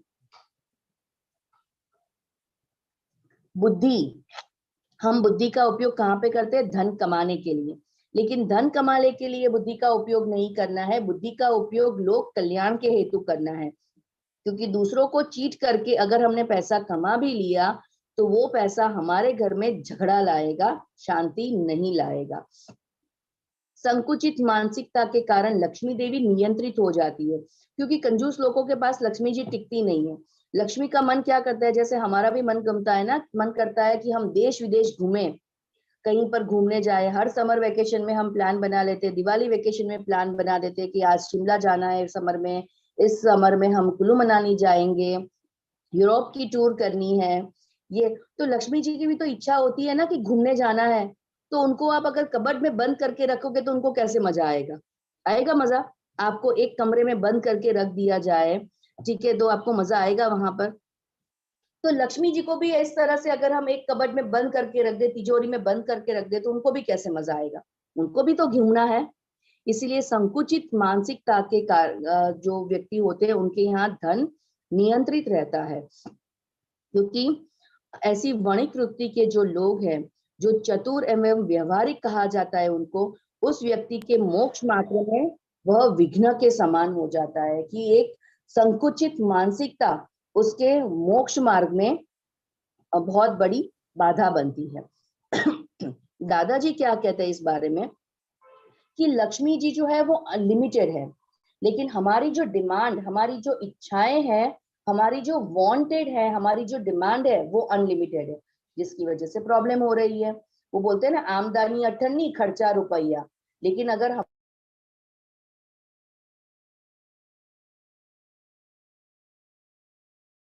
आ जाएगा नाना अंतराय क्या सुधी होय छे, मतलब कब तक हमारे पास पैसों का जो एक लिमिटेशंस है, हमारे पास पैसे नहीं आ रहे हैं तो कब तक होगा कि ज्यां सुधी कमावानी इच्छा हो ત્યાં સુધી, जब तक हमने ये इच्छा की कि मुझे कमाना है, मुझे बहुत चाहिए बहुत चाहिए बहुत चाहिए, ये कंप्लीट करना है वो कंप्लीट करना है, तब तक हमें प्रॉब्लम्स आती ही रहेगी और तब तक हम सिर्फ यही जानते रहेंगे कि हमारे पास पैसों की कमी है। लेकिन अगर उसकी तरफ हम दुर्लक्ष हुए, इट मीन्स हमने धर्म और मोक्ष को फर्स्ट इंपॉर्टेंस दे दिया और लक्ष्मी को इग्नोर नहीं करना है। दैट मीन्स यहाँ पे उन्होंने जो कहा है कि उसको दुर्लक्ष मतलब उसको सेंटर में नहीं रखना है, इग्नोर भी नहीं करना है, लेकिन उसको सेंटर में नहीं रखना है।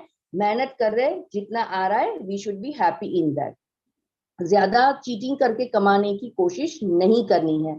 तो जैसे ही हमने ये काम शुरू कर दिया है कि हमारी नीति को हमने क्लियर कर लिया है, तो जैसे ही नीति क्लियर हो गई वैसे ही बहुत सारे पैसे आना भी शुरू हो जाएंगे। लोभनी क्या त्यारे फुटे, 99 भेगा था त्यारे। इसके लिए एक छोटी सी स्टोरी आपको बताती हूँ कि एक बहुत बड़ा शेख था और उसके बाजू में ना एक मोची रहता था। एंड मोची बहुत खुश रहता था, हमेशा भगवान की भक्ति भी करता रहता था, कुछ ना कुछ गाना गुनगुनाता रहता था, रात को चैन की नींद सोता था और बहुत happily he was living his life. तो ये सेठ को कहीं ना कहीं उससे जेलसी होती थी कि मैं इतना अमीर हूँ, मेरे पास इतना पैसा है, लेकिन फिर भी मैं रात को चैन से सो नहीं पाता हूँ, मुझे अच्छे से नींद नहीं आती, I can not be so happy like that मोची। तो इसका रीजन क्या है, उसको बहुत जेलसी फील होती थी। तो एक बार इस सेठ ने क्या किया, इस सेठ ने 90 गोल्ड कॉइन्स जो है 90 गोल्ड कॉइन्स इस मोची के घर में डाल दिए। अब मोची ये देखकर बड़ा खुश हो गया कि अरे वाह, मेरे पास इतने सारे आ गए, अब मैं और ज्यादा मेहनत करूंगा, उस 90 के 100 बना दूंगा, तो क्या होगा कि I would be able to live a happy life again. उसको पता नहीं था कि मैं बिना पैसों के भी इतना ही खुश हूँ। उसने मेहनत करनी शुरू कर दी और बहुत ज्यादा उसने मेहनत की, दिन रात एक कर दिए और दिन रात एक करने के बाद उसने बहुत सारे पैसे कमा भी लिए और उसका जो मनी है that has become 99 gold coins बन गए। अब वो करता क्या था, उसको 99 के 100 बनाने थे।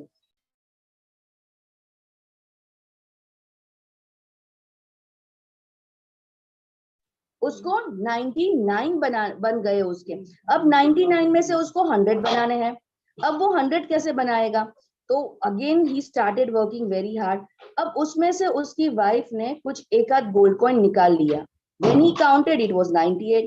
तो वही हस्बैंड वाइफ के बीच में इतना झगड़ा होना शुरू हो गया कि तूने मुझे बिना पूछे, मैं यहाँ पर इतनी मेहनत कर रहा हूँ कि मुझे उसको 99 में से 100 बनाने हैं, तूने मुझे बिना पूछे इसमें से 100 एक कॉइन निकाल लिया, 98 हो गए, अब मुझे और ज्यादा मेहनत करनी पड़ेगी तब जाके 100 बनेंगे। तो ये जो है ना कि लोभनी गांठ क्यारे फूटे 99 भेगा था क्यारे। जब 99 हमारे पास हो जाते हैं ना, तब हम लोभी बन जाते हैं कि वो 99 यूज नहीं करेंगे, लेकिन 99 का हमें 100 बनाना है। तो तब हमारा लोभ बाहर फूट के आ जाता है कि हमें अब सिर्फ इकट्ठा करना है, यूज नहीं करना है। लक्ष्मी जी नो दुरुपयोग करवाओ महागुणो छे। जो भी लक्ष्मी हमें प्राप्त हुई है लक्ष्मी जी की कृपा से, महालक्ष्मी जी की कृपा से, उसका सदुपयोग होना चाहिए। उसका फिर ये भोग विलास में या जुगार में, दारूबंदी में अगर उसका यूज होता है तो वो उपयोग नहीं, वो दुरुपयोग कहा जाता है। और ये बहुत बड़ा गुनाह है जिसकी जो भुगतान है वो हमें किसी ना किसी जन्म में डेफिनेटली करनी पड़ती है। लोभ नो अर्थ सुसे, what do you mean by this लोभ? तो इसका मतलब किसी और का छीन लेना, जो हमारी मालिकी का नहीं है, जो हमारी सत्ता में नहीं है, किसी और का छीन लेना, किसी और के हक का छीन लेना। जो हम स्टोर करके रख देते हैं तो वो हम किसी और के हक का छीन लेते हैं, दैट इज कॉल्ड लोभ। लक्ष्मी जी कब प्राप्त नहीं होती? जब हम लोगों की निंदा करते हैं, लोगों की बुराइयां कर देते हैं, तब लक्ष्मी हमसे दूर चली जाती है कि इसको तो सिर्फ लोगों की बुराइयों में इंटरेस्ट है और किसी में इंटरेस्ट नहीं है। अगर हमारा मन स्वच्छ है, अगर हमारा देह स्वच्छ है, अगर हमारी वाणी क्लियर है, तो लक्ष्मी जी डेफिनेटली हमें प्राप्त होती ही है। इसीलिए जब लक्ष्मी जी के से प्रार्थना करो तो लक्ष्मी जी को यही प्रार्थना करती है कि हे महालक्ष्मी माँ, हे लक्ष्मी माता, आपके द्वारा प्राप्त की गई लक्ष्मी का मैं हमेशा लोक कल्याण के लिए यूज करूं, ऐसी आप मुझे शक्ति दीजिए। शारीरिक, मानसिक और आर्थिक शक्ति प्रदान करे कि जिसका उपयोग मैं लोक कल्याण के कामों में कर सकूं। सच पूछा जाए तो जो चीट करते हैं वो खुद ही अपने आप को चीट करते हैं। क्षेत्र नारा क्षेत्राय छे। जो व्यक्ति चीट करने जाता है वो सबसे पहले तो वही चीट का सबसे पहला पार्ट बन जाता है, क्योंकि जो इंसान के साथ चीटिंग हुई है वो एक्सपीरियंस होता जाता है, वो धीरे धीरे डेवलप होता जाता है। जेटलू खोटू नाणु होय तेटलू ज लुटाई जाए। मतलब अगर हमारा जो धन है, जिसके पास भी धन है, वो अगर अनीति से कमाया गया है, झूठ बोलकर या बुराई से कमाया गया है, तो उतना ही उसका धन जो है वो वेस्ट होता जाता है। अगर अनीति का धन आया है घर के अंदर तो वो या तो चोरी हो जाएगा, या फिर हॉस्पिटल में हम डॉक्टर्स के बिल भरते रहेंगे, या किसी और माध्यम से वो पैसे चले ही जाएंगे, या कोई दुतारा आकर हमें कोई गलत चीज थमा देगा और पैसे अच्छे से ज्यादा ले जाएगा। तो ये सारी चीजें का मतलब है कि हमने किसी के साथ चीट किया है तो गलत तरीके से वो पैसा हमारे पास से निकल रहा है। और जो सच का है, जो मेहनत की कमाई है, वो कहीं नहीं जाती, वो आपके पास ही रहती है और आपको सुख देकर जाती है। जो हम ट्रिक्स करते हैं अर्निंग के लिए, जो हम ट्रिक्स करते हैं, तो उससे भी उतना ही बड़ा नुकसान होता है। बगैर चालबाजी के व्यक्ति सीधा लगता है, उसे देखकर हम खुशी का अनुभव होता है। We feel positive vibes from person. लेकिन अगर हम किसी चालबाज इंसान को मिलते हैं या किसी चीटर को मिलते हैं, ठीक है, तो उसका मुंह जो है उसके ऊपर वो नेचुरल ग्लो नहीं रखता है, उसके साथ बात करने में हमें मजा भी नहीं आती है। जो सरल इंसान है, जो मन का सीधा है, जो सच्चा है, उसके साथ बात करने में भी हमें बहुत अच्छा लगता है। हमें जो कुछ भी हमने उधार लिया है वो आज नहीं तो कल कभी ना कभी उसकी भरपाई करनी ही पड़ेगी, चाहे वो इस जन्म में हो या किसी और जन्म में हो। और अगर वो समय भी कुदरत तय करता है, वो समय भी हम अपने आप डिसाइड नहीं कर सकते। मेरे पास आज 10 लाख रुपए है तो मैं उस 10 लाख रुपए में से अपना उधार चुकाना भी चाहूं तो नहीं चुका सकती। लेकिन जब मेरे पास 1 रुपया भी नहीं होगा तब टाइम आएगा कि मुझे वो उधार चुकाने जाना पड़ेगा। तो ये उधारी जो अगर हमने ली है तो उसको चुकाना ही पड़ेगा, ये बात मन में भर के लानी है, भर के साथ चलनी है, ताकि हम कोई भी गलत काम न कर सके। चाल चलकर, चीटिंग कर कर अगर हमने कुछ प्राप्त कर लिया है तो उसका उत्तरदायित्व, उसकी रिस्पॉन्सिबिलिटी हमारी ही होगी। इसलिए हम भ्रम में ना रहे कि आज तो मैंने प्राप्त कर लिया, कल जो होना हो वो। कल जब बुरा वक्त आएगा, जब वो रोते हुए भी वो वक्त नहीं निकलेगा, 24 घंटे 240 घंटे के बराबर लिखने लगेंगे। इसलिए न चाहते हुए भी हमें वो चीज लौटानी ही पड़ेगी। तो इट इज बेटर कि जब हम संग्रह करें, जब हम चीट करें, तो उससे पहले ये बात सोच ले कि हम क्या कर रहे हैं। दादाजी का ये कहना है कि प्रामाणिकता श्रेष्ठ नीति है और बेईमानी महामूर्खता है, क्योंकि आज बेईमानी करके भले ही हमने लाखों रुपए कमा लिए, लेकिन भविष्य में उसका भुगतान तो करना ही पड़ेगा। संत कबीर भी बहुत अच्छे से, बहुत अच्छी मतलब विवेक और विचारशील व्यक्ति थे, और वो क्या कहते हैं, खा पी खिलाई दे, कर ले अपना काम, चलती बखत है नर, संग न चले बदाम। जो भी आपके पास है खाओ पियो, दूसरों को खिलाओ पिलाओ, अच्छे से रहो, जिंदगी अच्छे से रहो। क्योंकि जब हमारी मृत्यु आएगी, जब इंसान की मृत्यु आएगी, तो वो अकेला सिर्फ अपने कर्मों को लेकर जाएगा, अच्छे या बुरे दोनों कर्मों को लेकर जाएगा। एक छोटी सी बादाम भी उसके साथ नहीं जाने वाली। बुद्धि के उपयोग की सीमा, तो ये बुद्धि बहुत ही खतरनाक होती है, क्योंकि बुद्धि ही है जो हमें सही और गलत के बीच का भान कराती है। तो इसकी सीमा हम कैसे कर ले। सो कमाई के हेतु से बुद्धि का उपयोग, जो आपने बताया, दादाजी से पूछ रहे हैं कि जो आपने बताया कि बुद्धि का उपयोग कैसे किया जाए, तो दादाजी ने उन्हें ये बताया है कि जो हम चीटिंग करते हैं, युक्ति प्रयुक्ति चतुराई जो करते हैं, वो किससे, उससे हम अमर्यादित अनलिमिटेड धन तो प्राप्त कर लेते हैं, वो एक गुनाह है। क्यों गुनाह है? क्योंकि वो कहीं ना कहीं हम कभी किसी न किसी व्यक्ति का जो किसी व्यक्ति का लाइक उसके ऊपर हक है, वो हक छीनने की हम बात कर रहे हैं। यह बड़ा गुण, ये सबसे चतुराई उग्र रौद्र ध्यान है। हमने आर्द्र ध्यान रौद्र ध्यान के बारे में ऑलरेडी बात कर चुकी है, तो उसके बारे में मैं ज्यादा डीप में नहीं जाऊंगी। चालाकी करना, ट्रिक्स करना, अर्थात अल्पमति व्यक्ति का समाज का शोषण करना है। मतलब कि ट्रिक हम किसके ऊपर करेंगे? जो आपसे बेटर है उसके ऊपर हम ट्रिक कर सकेंगे, जो हमसे लोअर है उसके ऊपर ट्रिक करेंगे। डेफिनेटली जो हमसे चतुर है उसको हम नहीं जीत पाएंगे, लेकिन जो भोला है, जो ना समझ है, उसके ऊपर हम ट्रिक्स करके उसका हम यूज कर सकते हैं। तो ऐसे इंसान को जब हम चीट करते हैं, उसका शोषण करते हैं, तो वो रौद्र ध्यान की मात्रा में आता है और वहीं पर हमारा बहुत बड़ा गुनाह बन जाता है। बुद्धि हमें संसार के बंधनों में बांधने का काम करती है, मोक्ष मार्ग पर नहीं ले जाती। इसीलिए भगवान श्री कृष्ण ने बुद्धि को व्याभिचारिणी कहा है कि ऐसी बुद्धि हमें स्वार्थी बनाती है, हमें निर्लज बनाती है और हमें सेल्फिश भी बनाती है। तो ऐसी बुद्धि से बच के रहना बहुत जरूरी है। बुद्धि दुनिया के व्यवहार की दिशा में खींचती है कि किस तरह से हम अंदर गोल गोल गोल गोल जो वर्लपूल होता है ना, जो राउंड राउंड राउंड घूमता रहता है और हमें अंदर की तरफ ही खींचता रहता है। बुद्धि वैसी है, क्योंकि हम जितना कपट करेंगे, जितनी लालच करेंगे, जितना प्रपंच करेंगे, जितनी ट्रिक्स करेंगे, ये सारी चीजें हमें संसार में गोल गोल गोल गोल घुमाती रहेगी, हमें उस वर्लपूल से, उस चक्रव्यूह से बाहर ही नहीं निकलने देगी। और अगर एक बार इंसान बाहर निकल गया तो मोक्ष का जो रास्ता है बहुत ही सीधा हो जाता है उसके लिए। बुद्धि जितनी ज्यादा है उतनी ही व्याकुलता ज्यादा है, क्योंकि जो ना समझ इंसान है, जिसकी बुद्धि बहुत कम है, उसको कल की फिक्र नहीं है। हमें तो कल की भी फिक्र है, अपनी आने वाली 7 पीढ़ियों की फिक्र है, जिसकी वजह से दुखी दुखी दुखी होते जाते हैं। अगर हमारा हाथ किसी पत्थर के नीचे दब गया है, तो बुद्धि वहां पे लगानी है कि हमारे हाथ को डैमेज किए बिना हम वहां से कैसे बाहर निकाल सके और दोबारा वापस कैसे इसके अंदर ना फंसे।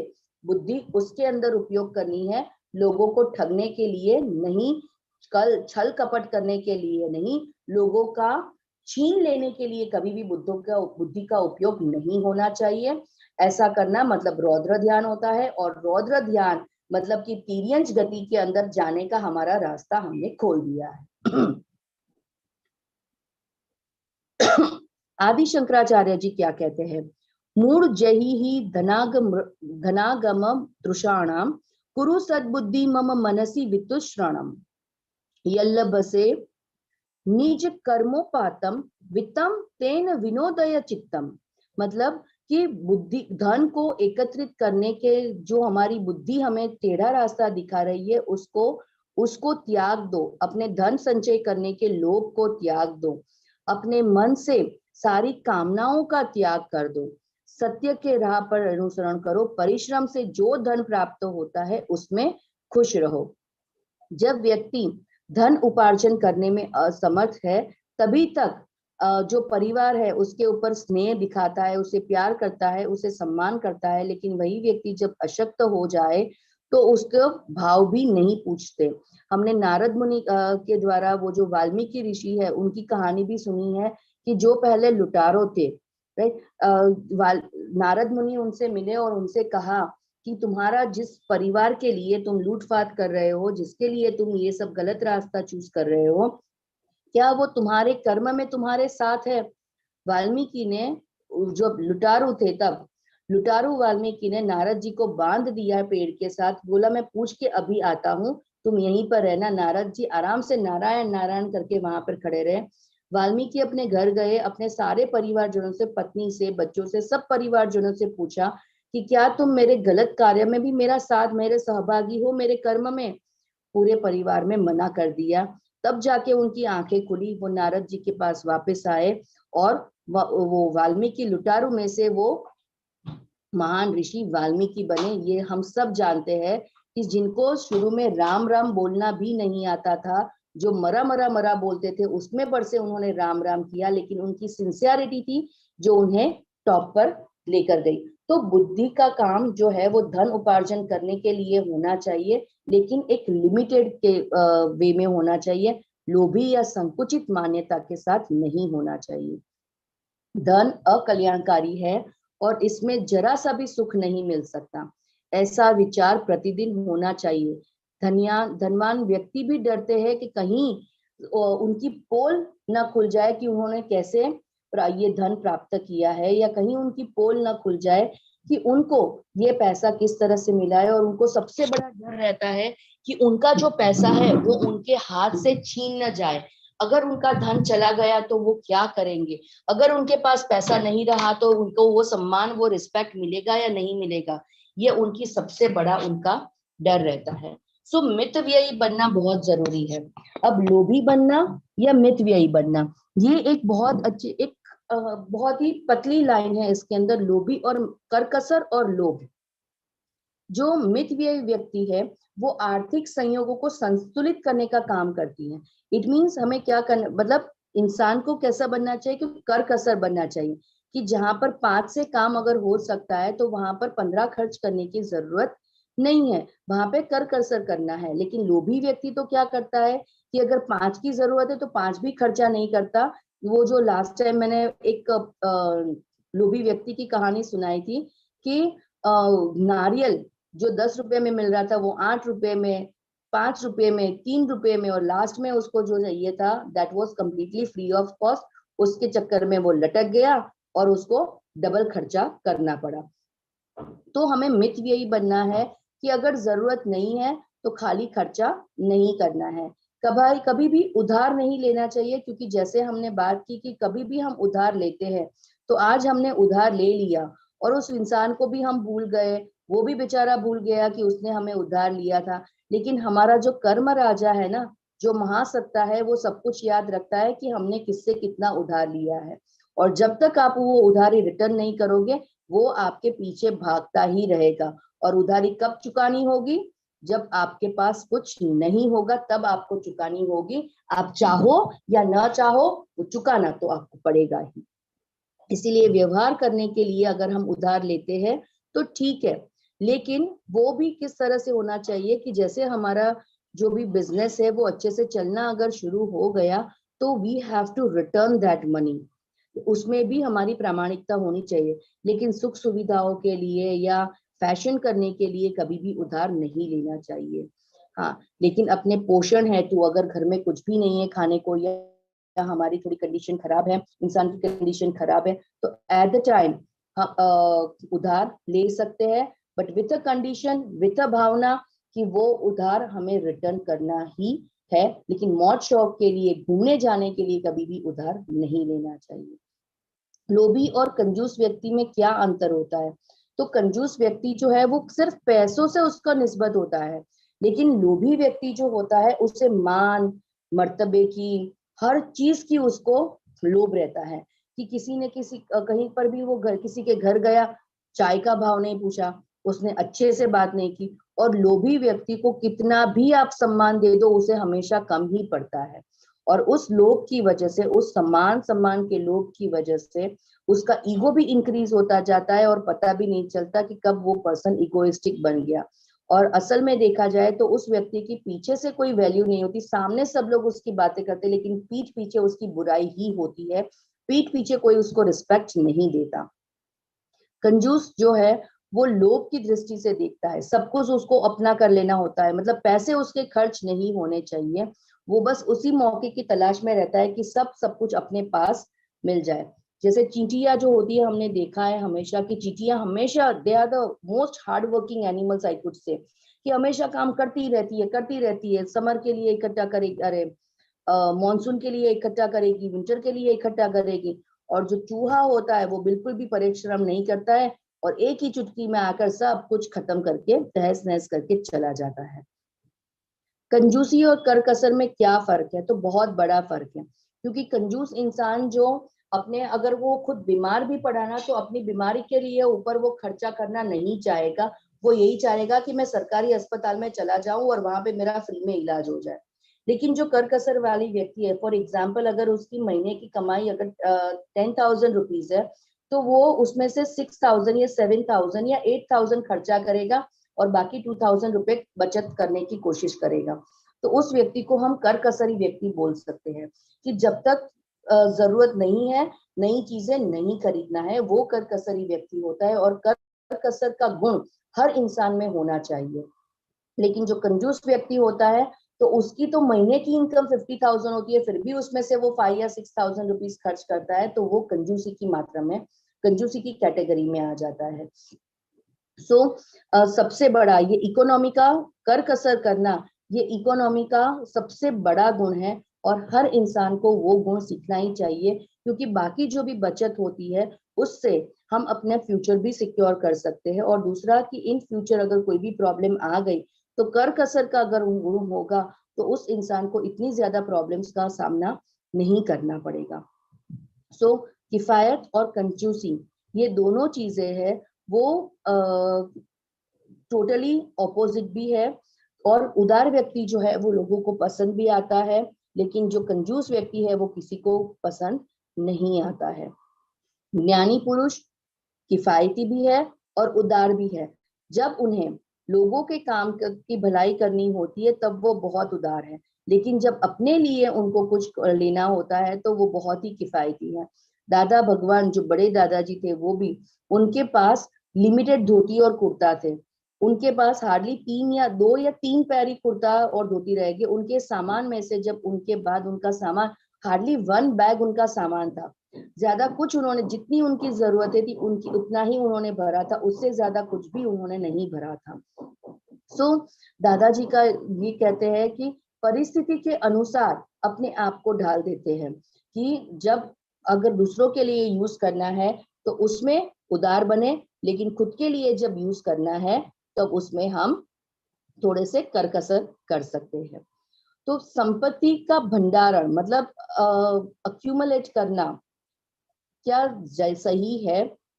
So let us see this through this example, कि अगर जैसे पानी है, राइट, तो आजकल ये सेव वाटर बहुत ज्यादा चल रहा है। सेव वाटर क्यों चल रहा है? क्योंकि सेव वाटर हम पानी जो मेड घर में आती है उसका नल हमेशा खुला रहता है, तो बार बार उसे टोकना पड़ता है कि खाली खाली क्यों नल चालू है, नल बंद करो। लेडीज जब कपड़े धोने बैठती है तो भी नल चालू ही रहता है, वो सारा जल जाता कहाँ है? गटर में चला जाता है, then it is of no use. तो उसके और फिर हम और रण प्रदेश में जाए तो लोगों को 5-10 किलोमीटर तक चल के जाना पड़ता है टू गेट दी वाटर, और यहाँ पर जिनको पानी इजीली मिलता है वो पानी का व्यय कर देते हैं, दुर्व्यय कर देते हैं। बहुत ज्यादा जरूरी है कि जो भी चीजें हमें मिली है उसका हम इकोनॉमिक यूज करें, जितनी जरूरत है उतना ही यूज करें, उससे ज्यादा यूज ना करें। हमें जो भी पैसे है उसका अगर हम संचय करते हैं तो वो भी लिमिट में रहना चाहिए, कि हमारे फ्यूचर को सिक्योर करने के लिए उसी के लिए होना चाहिए, अदरवाइज नहीं। लेकिन अगर आजकल की ये सिस्टम है ना कि वो जो हम क्रेडिट कार्ड यूज करते हैं, क्रेडिट कार्ड यूज करने के बाद जो हमें 45 डेज की उसमें क्रेडिट मिल जाती है, राइट। अब भगवान ना करे, जैसे ये कोरोना टाइम में दिखाया, हम सबको दिखाया कि बहुत से लोगों की जॉब चली गई। अब सोचो एट द टाइम अगर हमने फ्यूचर का बिना प्लानिंग किए हमने कोई भी चीज परचेस कर ली होती थ्रू दिस क्रेडिट कार्ड, तो क्या होता? जॉब चली के जाने के बाद वो पैसे तो भरपाई करने ही है, तो कितनी बड़ी प्रॉब्लम में फंस जाते हैं। एक सैफ अली खान और रानी मुखर्जी का एक मूवी था, मुझे वो नाम याद नहीं है। वो Saif Ali Khan was the racer, उन्होंने घर, ज्वेलरी, बहुत सारी चीजें उन्होंने ये हफ्ते पर लोन पर ले रखी थी, क्रेडिट पर ले रखी थी क्रेडिट कार्ड से। और उसके बाद अचानक सैफ अली खान का एक्सीडेंट हो जाता है and he is not able to perform racer की तरीके से, वो वापस से परफॉर्म नहीं कर पा रहा है। और उनका जो घर है, उनकी जो भी ज्वेलरीज है, जो भी लग्जरी है, सब उन्हें बेचनी पड़ती है and they are in the hand to mouth situation. And at the time उन्हें बहुत तकलीफ होती है, तब पछतावा होता है कि हमने जो कुछ भी हमारे पास है तो उसी में अगर चला लिया होता तो अच्छा था, अननेसेसरी हमें उधारी लेने की जरूरत नहीं थी। अगर मुझे याद आया तो मूवी का नाम जरूरी आपके साथ शेयर करूंगी, वो मूवी डेफिनेटली देखना, बिकॉज हम लोग बहुत अच्छे हैं कि हम लोग लोगों के समझाने से नहीं समझते, लेकिन मूवी के थ्रू जो भी प्रैक्टिकल चीजें दिखाई जाती है उसके बाद शायद हमें समझ में आ जाती है। धन हमारे पास कभी एक सा नहीं रहता, उतार चढ़ाव होता ही रहता है। इसीलिए हमारे पास जब भी जो कोई भी चीज अवेलेबल है उसी से काम चलाना सीखे, वरना आगे चलकर फ्यूचर में इसकी प्रॉब्लम हो सकती है। जीवन के लिए सभी आवश्यक चीज जो भी हमें है, हवा, पानी, सनलाइट, ये सब हमें भगवान की तरफ से फ्री में मिल जाती है, तो उसका मूल्य हमें समझना होगा वरना हम इस मूल्यों को भी खो बैठेंगे। जैसे पानी, अभी पानी लिमिटेड बचा है, इसीलिए हमें सेव अर्थ, सेव वाटर करना पड़ रहा है। तो सारी जो प्राकृतिक विशेषताएं हैं उसको अनायास उपयोग नहीं करना है, उसका लिमिटेड इकोनॉमिक यूज करना है। अब जब हम पैसों का संचय करें तो किस तरह से संचय करना है? तो पैसों का संचय इस तरह से करना है ताकि भविष्य में हम अपना फ्यूचर सिक्योर कर सके। बस बाकी लग्जरी के लिए या खाली बस हमें नहीं मिलने वाला उसके लिए उसको स्टोर नहीं करना है। आमदनी अठन्नी, खर्चा रुपया। भगवान स्वामी नारायण ने परिवारों को ये सलाह दी है कि अपने कमाई के स्तर पर ही खर्च करते, मतलब जितनी चद्दर है उतनी ही फैलाए, क्रेडिट लेकर आगे बढ़ने की जरूरत नहीं है। क्योंकि अगर हम क्रेडिट लेकर परचेस करते हैं हम तो भूल जाएंगे, लेकिन जिसके पास से बैंक से हमने उधार लिया है वो कभी नहीं भूलेंगे। 45 डेज के बाद हमें पता नहीं कि क्या होने वाला है, तब हमें आगे चलकर प्रॉब्लम हो सकती है। सो इट इज बेटर कि जितना जेब में पैसा है उतना ही खर्च करें। Is accumulating money the goal of life? पैसों का जो संचय करना है, क्या वही हमारा लाइफ का गोल होना चाहिए? लगता तो ऐसा ही है, क्योंकि आजकल हर किसी में इस तरह से हर किसी का गोल ही है कि बहुत सारा पैसा पैसा पैसा हो जाना चाहिए। लेकिन ये जो पैसा है कि वो पैसा हमारे जो नतीजतन मतलब हमारे जीवन काल तक सीमित है। मृत्यु के बाद आपके पास करोड़ों रुपए हो लेकिन 1 रुपया भी आपके साथ नहीं जाने वाला है। हम यमराज को ब्राइब नहीं कर सकते कि मेरे पास करोड़ रुपए है तो मेरे को प्लीज नर्क में मत भेजो, मेरे को स्वर्ग में भेज दो। हम ये नहीं कर सकते। या फिर ऐसा भी नहीं कर सकते कि यमराज जी मेरी सारी प्रॉपर्टी ले लो लेकिन मुझे स्वर्ग में भी एक अलग सा कमरा दे दो, या नर्क में भी मुझे अलग सा दे दो। यस, खुशबू जी ने मैसेज भेजा है, Ta Ra Rum Pum. Yes, that was the movie Ta Ra Rum Pum, Saif Ali Khan and Rani Mukherjee की। ये मूवी डेफिनेटली देखिएगा, because it is clearly seen कि किस तरह से क्रेडिट पर पैसे लेने के बाद आगे चलकर क्या प्रॉब्लम होती है। हाँ, बट मूवी है तो हैप्पी एंडिंग दिखाना था, तो it was shown that Saif Ali Khan वापस से रेसिंग में फर्स्ट आ जाता है and they get their all the luxuries back. लेकिन रियल लाइफ में भी ऐसा हो वैसा कोई जरूरी नहीं है। सो बैंकर भी जानते हैं कि पैसा, हर कोई पैसा जमा करना चाहता है, कोई पैसा विथड्रॉ करना नहीं होता है। और बैंकर तो पैसों के बीच में ही बैठे, लेकिन क्या वो सारे पैसे यूज कर सकते हैं? Of course not. सो ज्यादातर मामलों में देखा गया है कि पैसों की वजह से, पैसा ही है जो आदमी को पछाड़ देता है और पैसा ही है जो रिश्तों में भी दरारें ला देता है। दो बहनें हैं या भाई या बहन है तो उसमें भी कंपैरिजन होती है कि मैंने उसको 500 का दिया, उसने तो सिर्फ मुझे 300 का दिया। ये भी कंपैरिजन होती रहती है। तो पैसे जहां पर भी है ना, कोशिश करें कि रिश्तों में पैसे हम ना लेकर आए। बुद्धिमानी व्यक्ति अपनी परिस्थितियों, अपने भविष्य की जरूरतों के हिसाब से संचय करने में निहित है, लेकिन झूठ का पालन नहीं करता। मतलब वो अपनी जरूरतों को पूरी कर सकता है लेकिन लोगों की जरूरतों को वो नहीं बता सकता। इसीलिए पैसों की जो लालसा है उसे कंट्रोल करना बहुत जरूरी है। हमें बहुत लंबे समय तक नहीं बचा रहेगा। अगर बहुत अधिक पैसा कमाने के लिए हम प्रयास करते रहे तो हमारी जिंदगी कब खत्म हो जाएगी वो भी पता नहीं चलेगा। वो पैसा बैंक में पड़ा रहेगा and that will be used by our kids and not by us. हमने क्या इकट्ठा किया? हमने सिर्फ और सिर्फ कर्म इकट्ठे किए।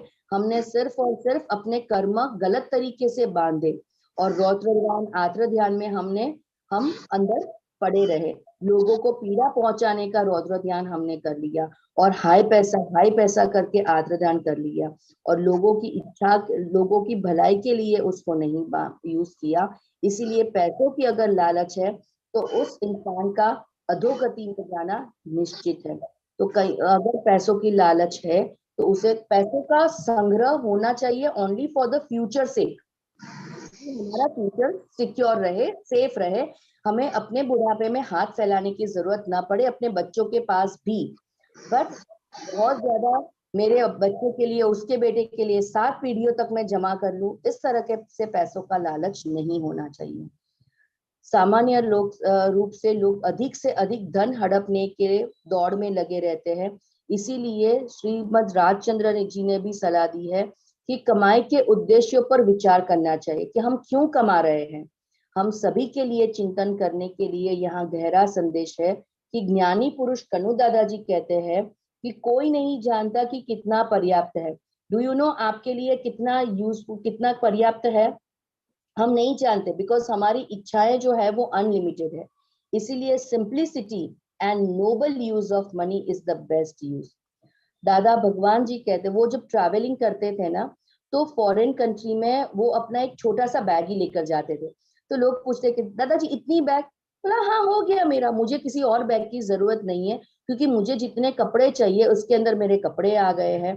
ठीक है, 2 जोड़ी कपड़े ले लिए, एक धुलने में चला जाएगा, एक पहन लूंगा। तो जो भी चीजें है अपने पास उसी में वो संतुष्ट रहते थे, ज्यादा उनकी बैग या भराई नहीं होती थी। तो जो बड़े बड़े लोग हैं उनकी लाइफ भी एक मैसेज है। जैसे एपीजे अब्दुल कलाम जी को ले लीजिए आप, उनके मरने के बाद उनकी जो प्रॉपर्टी देखी गई दैट वाज क्वाइट लिमिटेड। 3-4 पैर कपड़े थे उनके पास और और हाँ, उनके पास से एक ही चीज बहुत ज्यादा मिली, दैट इज बुक्स। बुक्स का खजाना था उनके पास, अदरवाइज उनकी प्रॉपर्टी में से कुछ भी नहीं मिला। सरदार वल्लभ भाई पटेल जी को ले लीजिए आप, तो उनकी प्रॉपर्टी के बाद उनके पास क्या था? कुछ भी नहीं। लेकिन आज पूरी दुनिया उन सबको याद कर रही है। तो दादा भगवान हमें क्या एडवाइस देते हैं कि डोनेशन, मतलब जिन लोगों को जरूरत है, donation is an investment in a safest bank of future with highest rate of interest. क्योंकि अगर हम किसी की मदद करते हैं तो कुदरत हमारी मदद करता है। अगर हम लोगों की भलाई के काम करते हैं तो हमारा भला तो अपने आप हो जाना है। Again I am repeating, if we pray for others we need not to pay for our own self. अगर हम दूसरों की हेल्प करते हैं, दूसरों का भला करते हैं, तो हमें खुद के लिए करने की जरूरत नहीं पड़ती, क्योंकि कुदरत, व्यवस्थित शक्ति जो है वो खुद हमारा ध्यान रखती है। तो हमारा जो आज हमने जो भी पढ़ा, तो उसके बारे में एक सवाल मन में आता है, और ये सवाल ये है कि हम लक्ष्मी जी की बहुत सारी बात करते हैं कि लक्ष्मी जी चंचल है, इस तरह से भगवान की पत्नी है, लेकिन ये लक्ष्मी जो है वो रहती कहाँ पर है? लक्ष्मी जी का निवास कहाँ होता है? मुझे तो नहीं पता लक्ष्मी जी का निवास कहाँ होता है, लेकिन थोड़ा बहुत जो मेरे दिमाग में आ रहा है वो हम नेक्स्ट सेशन में, भले किसी का भी सेशन हो, मैं नेक्स्ट सेशन में 5 मिनट के लिए भी आऊंगी और आपके जवाब जरूर से सुनना चाहूंगी कि लक्ष्मी जी का निवास कहाँ होता है। क्योंकि मेरे विचार से लक्ष्मी जी का निवास तो है, लेकिन वो मैं आपके मुंह से भी सुनना चाहूंगी कि आपके विचार इस मामले में क्या कहते हैं। तो आई एम श्योर कि नेक्स्ट टाइम हमें, इस बार तो सिर्फ रीटा जी हमेशा आंसर देते हैं, लेकिन नेक्स्ट टाइम हमारे जितने भी पार्टिसिपेंट्स हैं वो सबके द्वारा हमें जवाब मिलेगा कि लक्ष्मी जी का निवास कहाँ होता है। और अगर जवाब मिल जाए तो हम सब मिलकर वहां पे धावा बोल देंगे और लक्ष्मी जी को बोलेंगे हमारे साथ आ जाए। Thank you very much Neha madam, it was wonderful presentation. बहुत स्पष्ट, बहुत विस्तार से आपने ये बताया कि लक्ष्मी जी को हम कैसे प्राप्त कर सकते हैं। आपको बहुत बहुत धन्यवाद। हमारे साथ स्टूडियो में यशोधरा मैडम जुड़ी हुई हैं। अब यशोधरा मैडम कुछ सुभाषित बताएंगी और उनका अर्थ स्पष्ट करेंगी, फर्दर क्लैरिफिकेशन। ये मैम समय हो चुका है, बस आपसे 5 मिनट और चाहेंगे। धनेभ्यः परम नास्ति मित्रम ही लोके। पैसा से बढ़कर कोई मित्र, बंधु, सखा कोई नहीं है। धनात् एव धनम भवेत्। पैसे से हम पैसे बढ़ा सकते हैं। नए छ शौर्य छ वसंती संपदः। Wealth resides in the diplomatic and heroic. जो शौर्यवान होते हैं, बलवान होते हैं, और जो डिप्लोमैटिक मीन्स बताइए। हाँ, वो डिप्लोमेटिक होते हैं और शौर्यवान होते हैं, उनके पास पैसा ही रहते हैं। अच्छा, नए मीन्स इन जो नियम फॉलो करते हैं, जो नियम फॉलो करते हैं, लॉजिकली पैसा कमाते हैं, उनके पास लक्ष्मी रहती है। बढ़िया। निज धर्मार्जिता नाम ही विनाशो नास्ति संपदा। Wealth collected or increased by rightful means suffers no loss. अगर हम धर्म सही तरीके से, हाँ सही तरीके से पैसा कमाएंगे तो वो कभी लॉस नहीं होता है, उसमें लॉस नहीं होता है, वो बढ़ता जाता है। अरे ऐसे कहा जाता है, अगर 3 पीढ़ियों तक धन हम कमा सकते हैं, उसको मेंटेन कर सकते हैं, तो वो 11 पीढ़ी तक चलता है।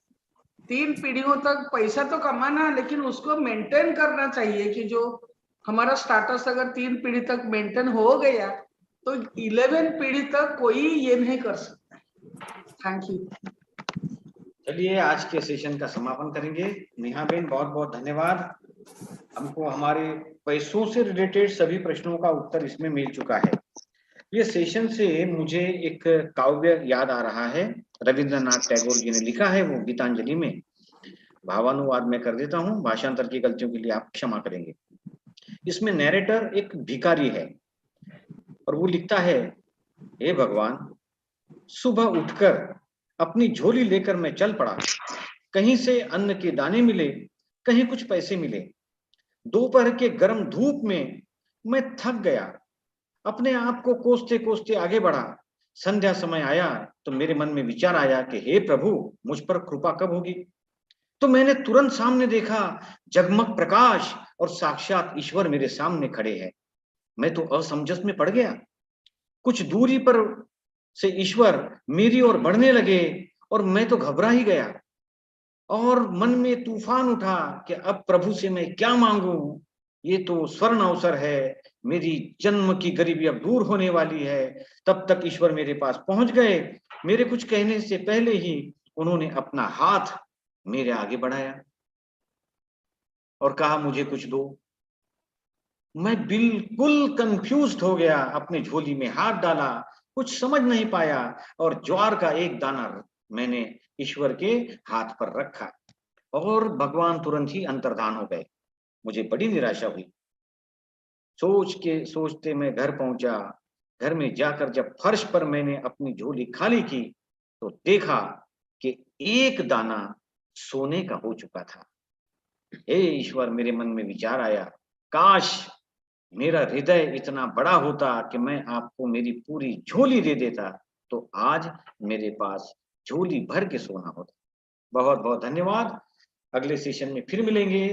ये भी बहुत ही व्यवहारिक सेशन है, गृहस्थ आश्रम, और ये सेशन लेंगे हिनाबेन पटेल मैम। आप जुड़े रहिए, मंथन पर विचार कीजिए और ऐसे अपने विचार व्यक्त करते रहिए। सभी को प्रेम से जय सच्चिदानंद। जय सच्चिदानंद। जय सच्चिदानंद to all my staff. Thank you. Thank you, madam. Thank you very much.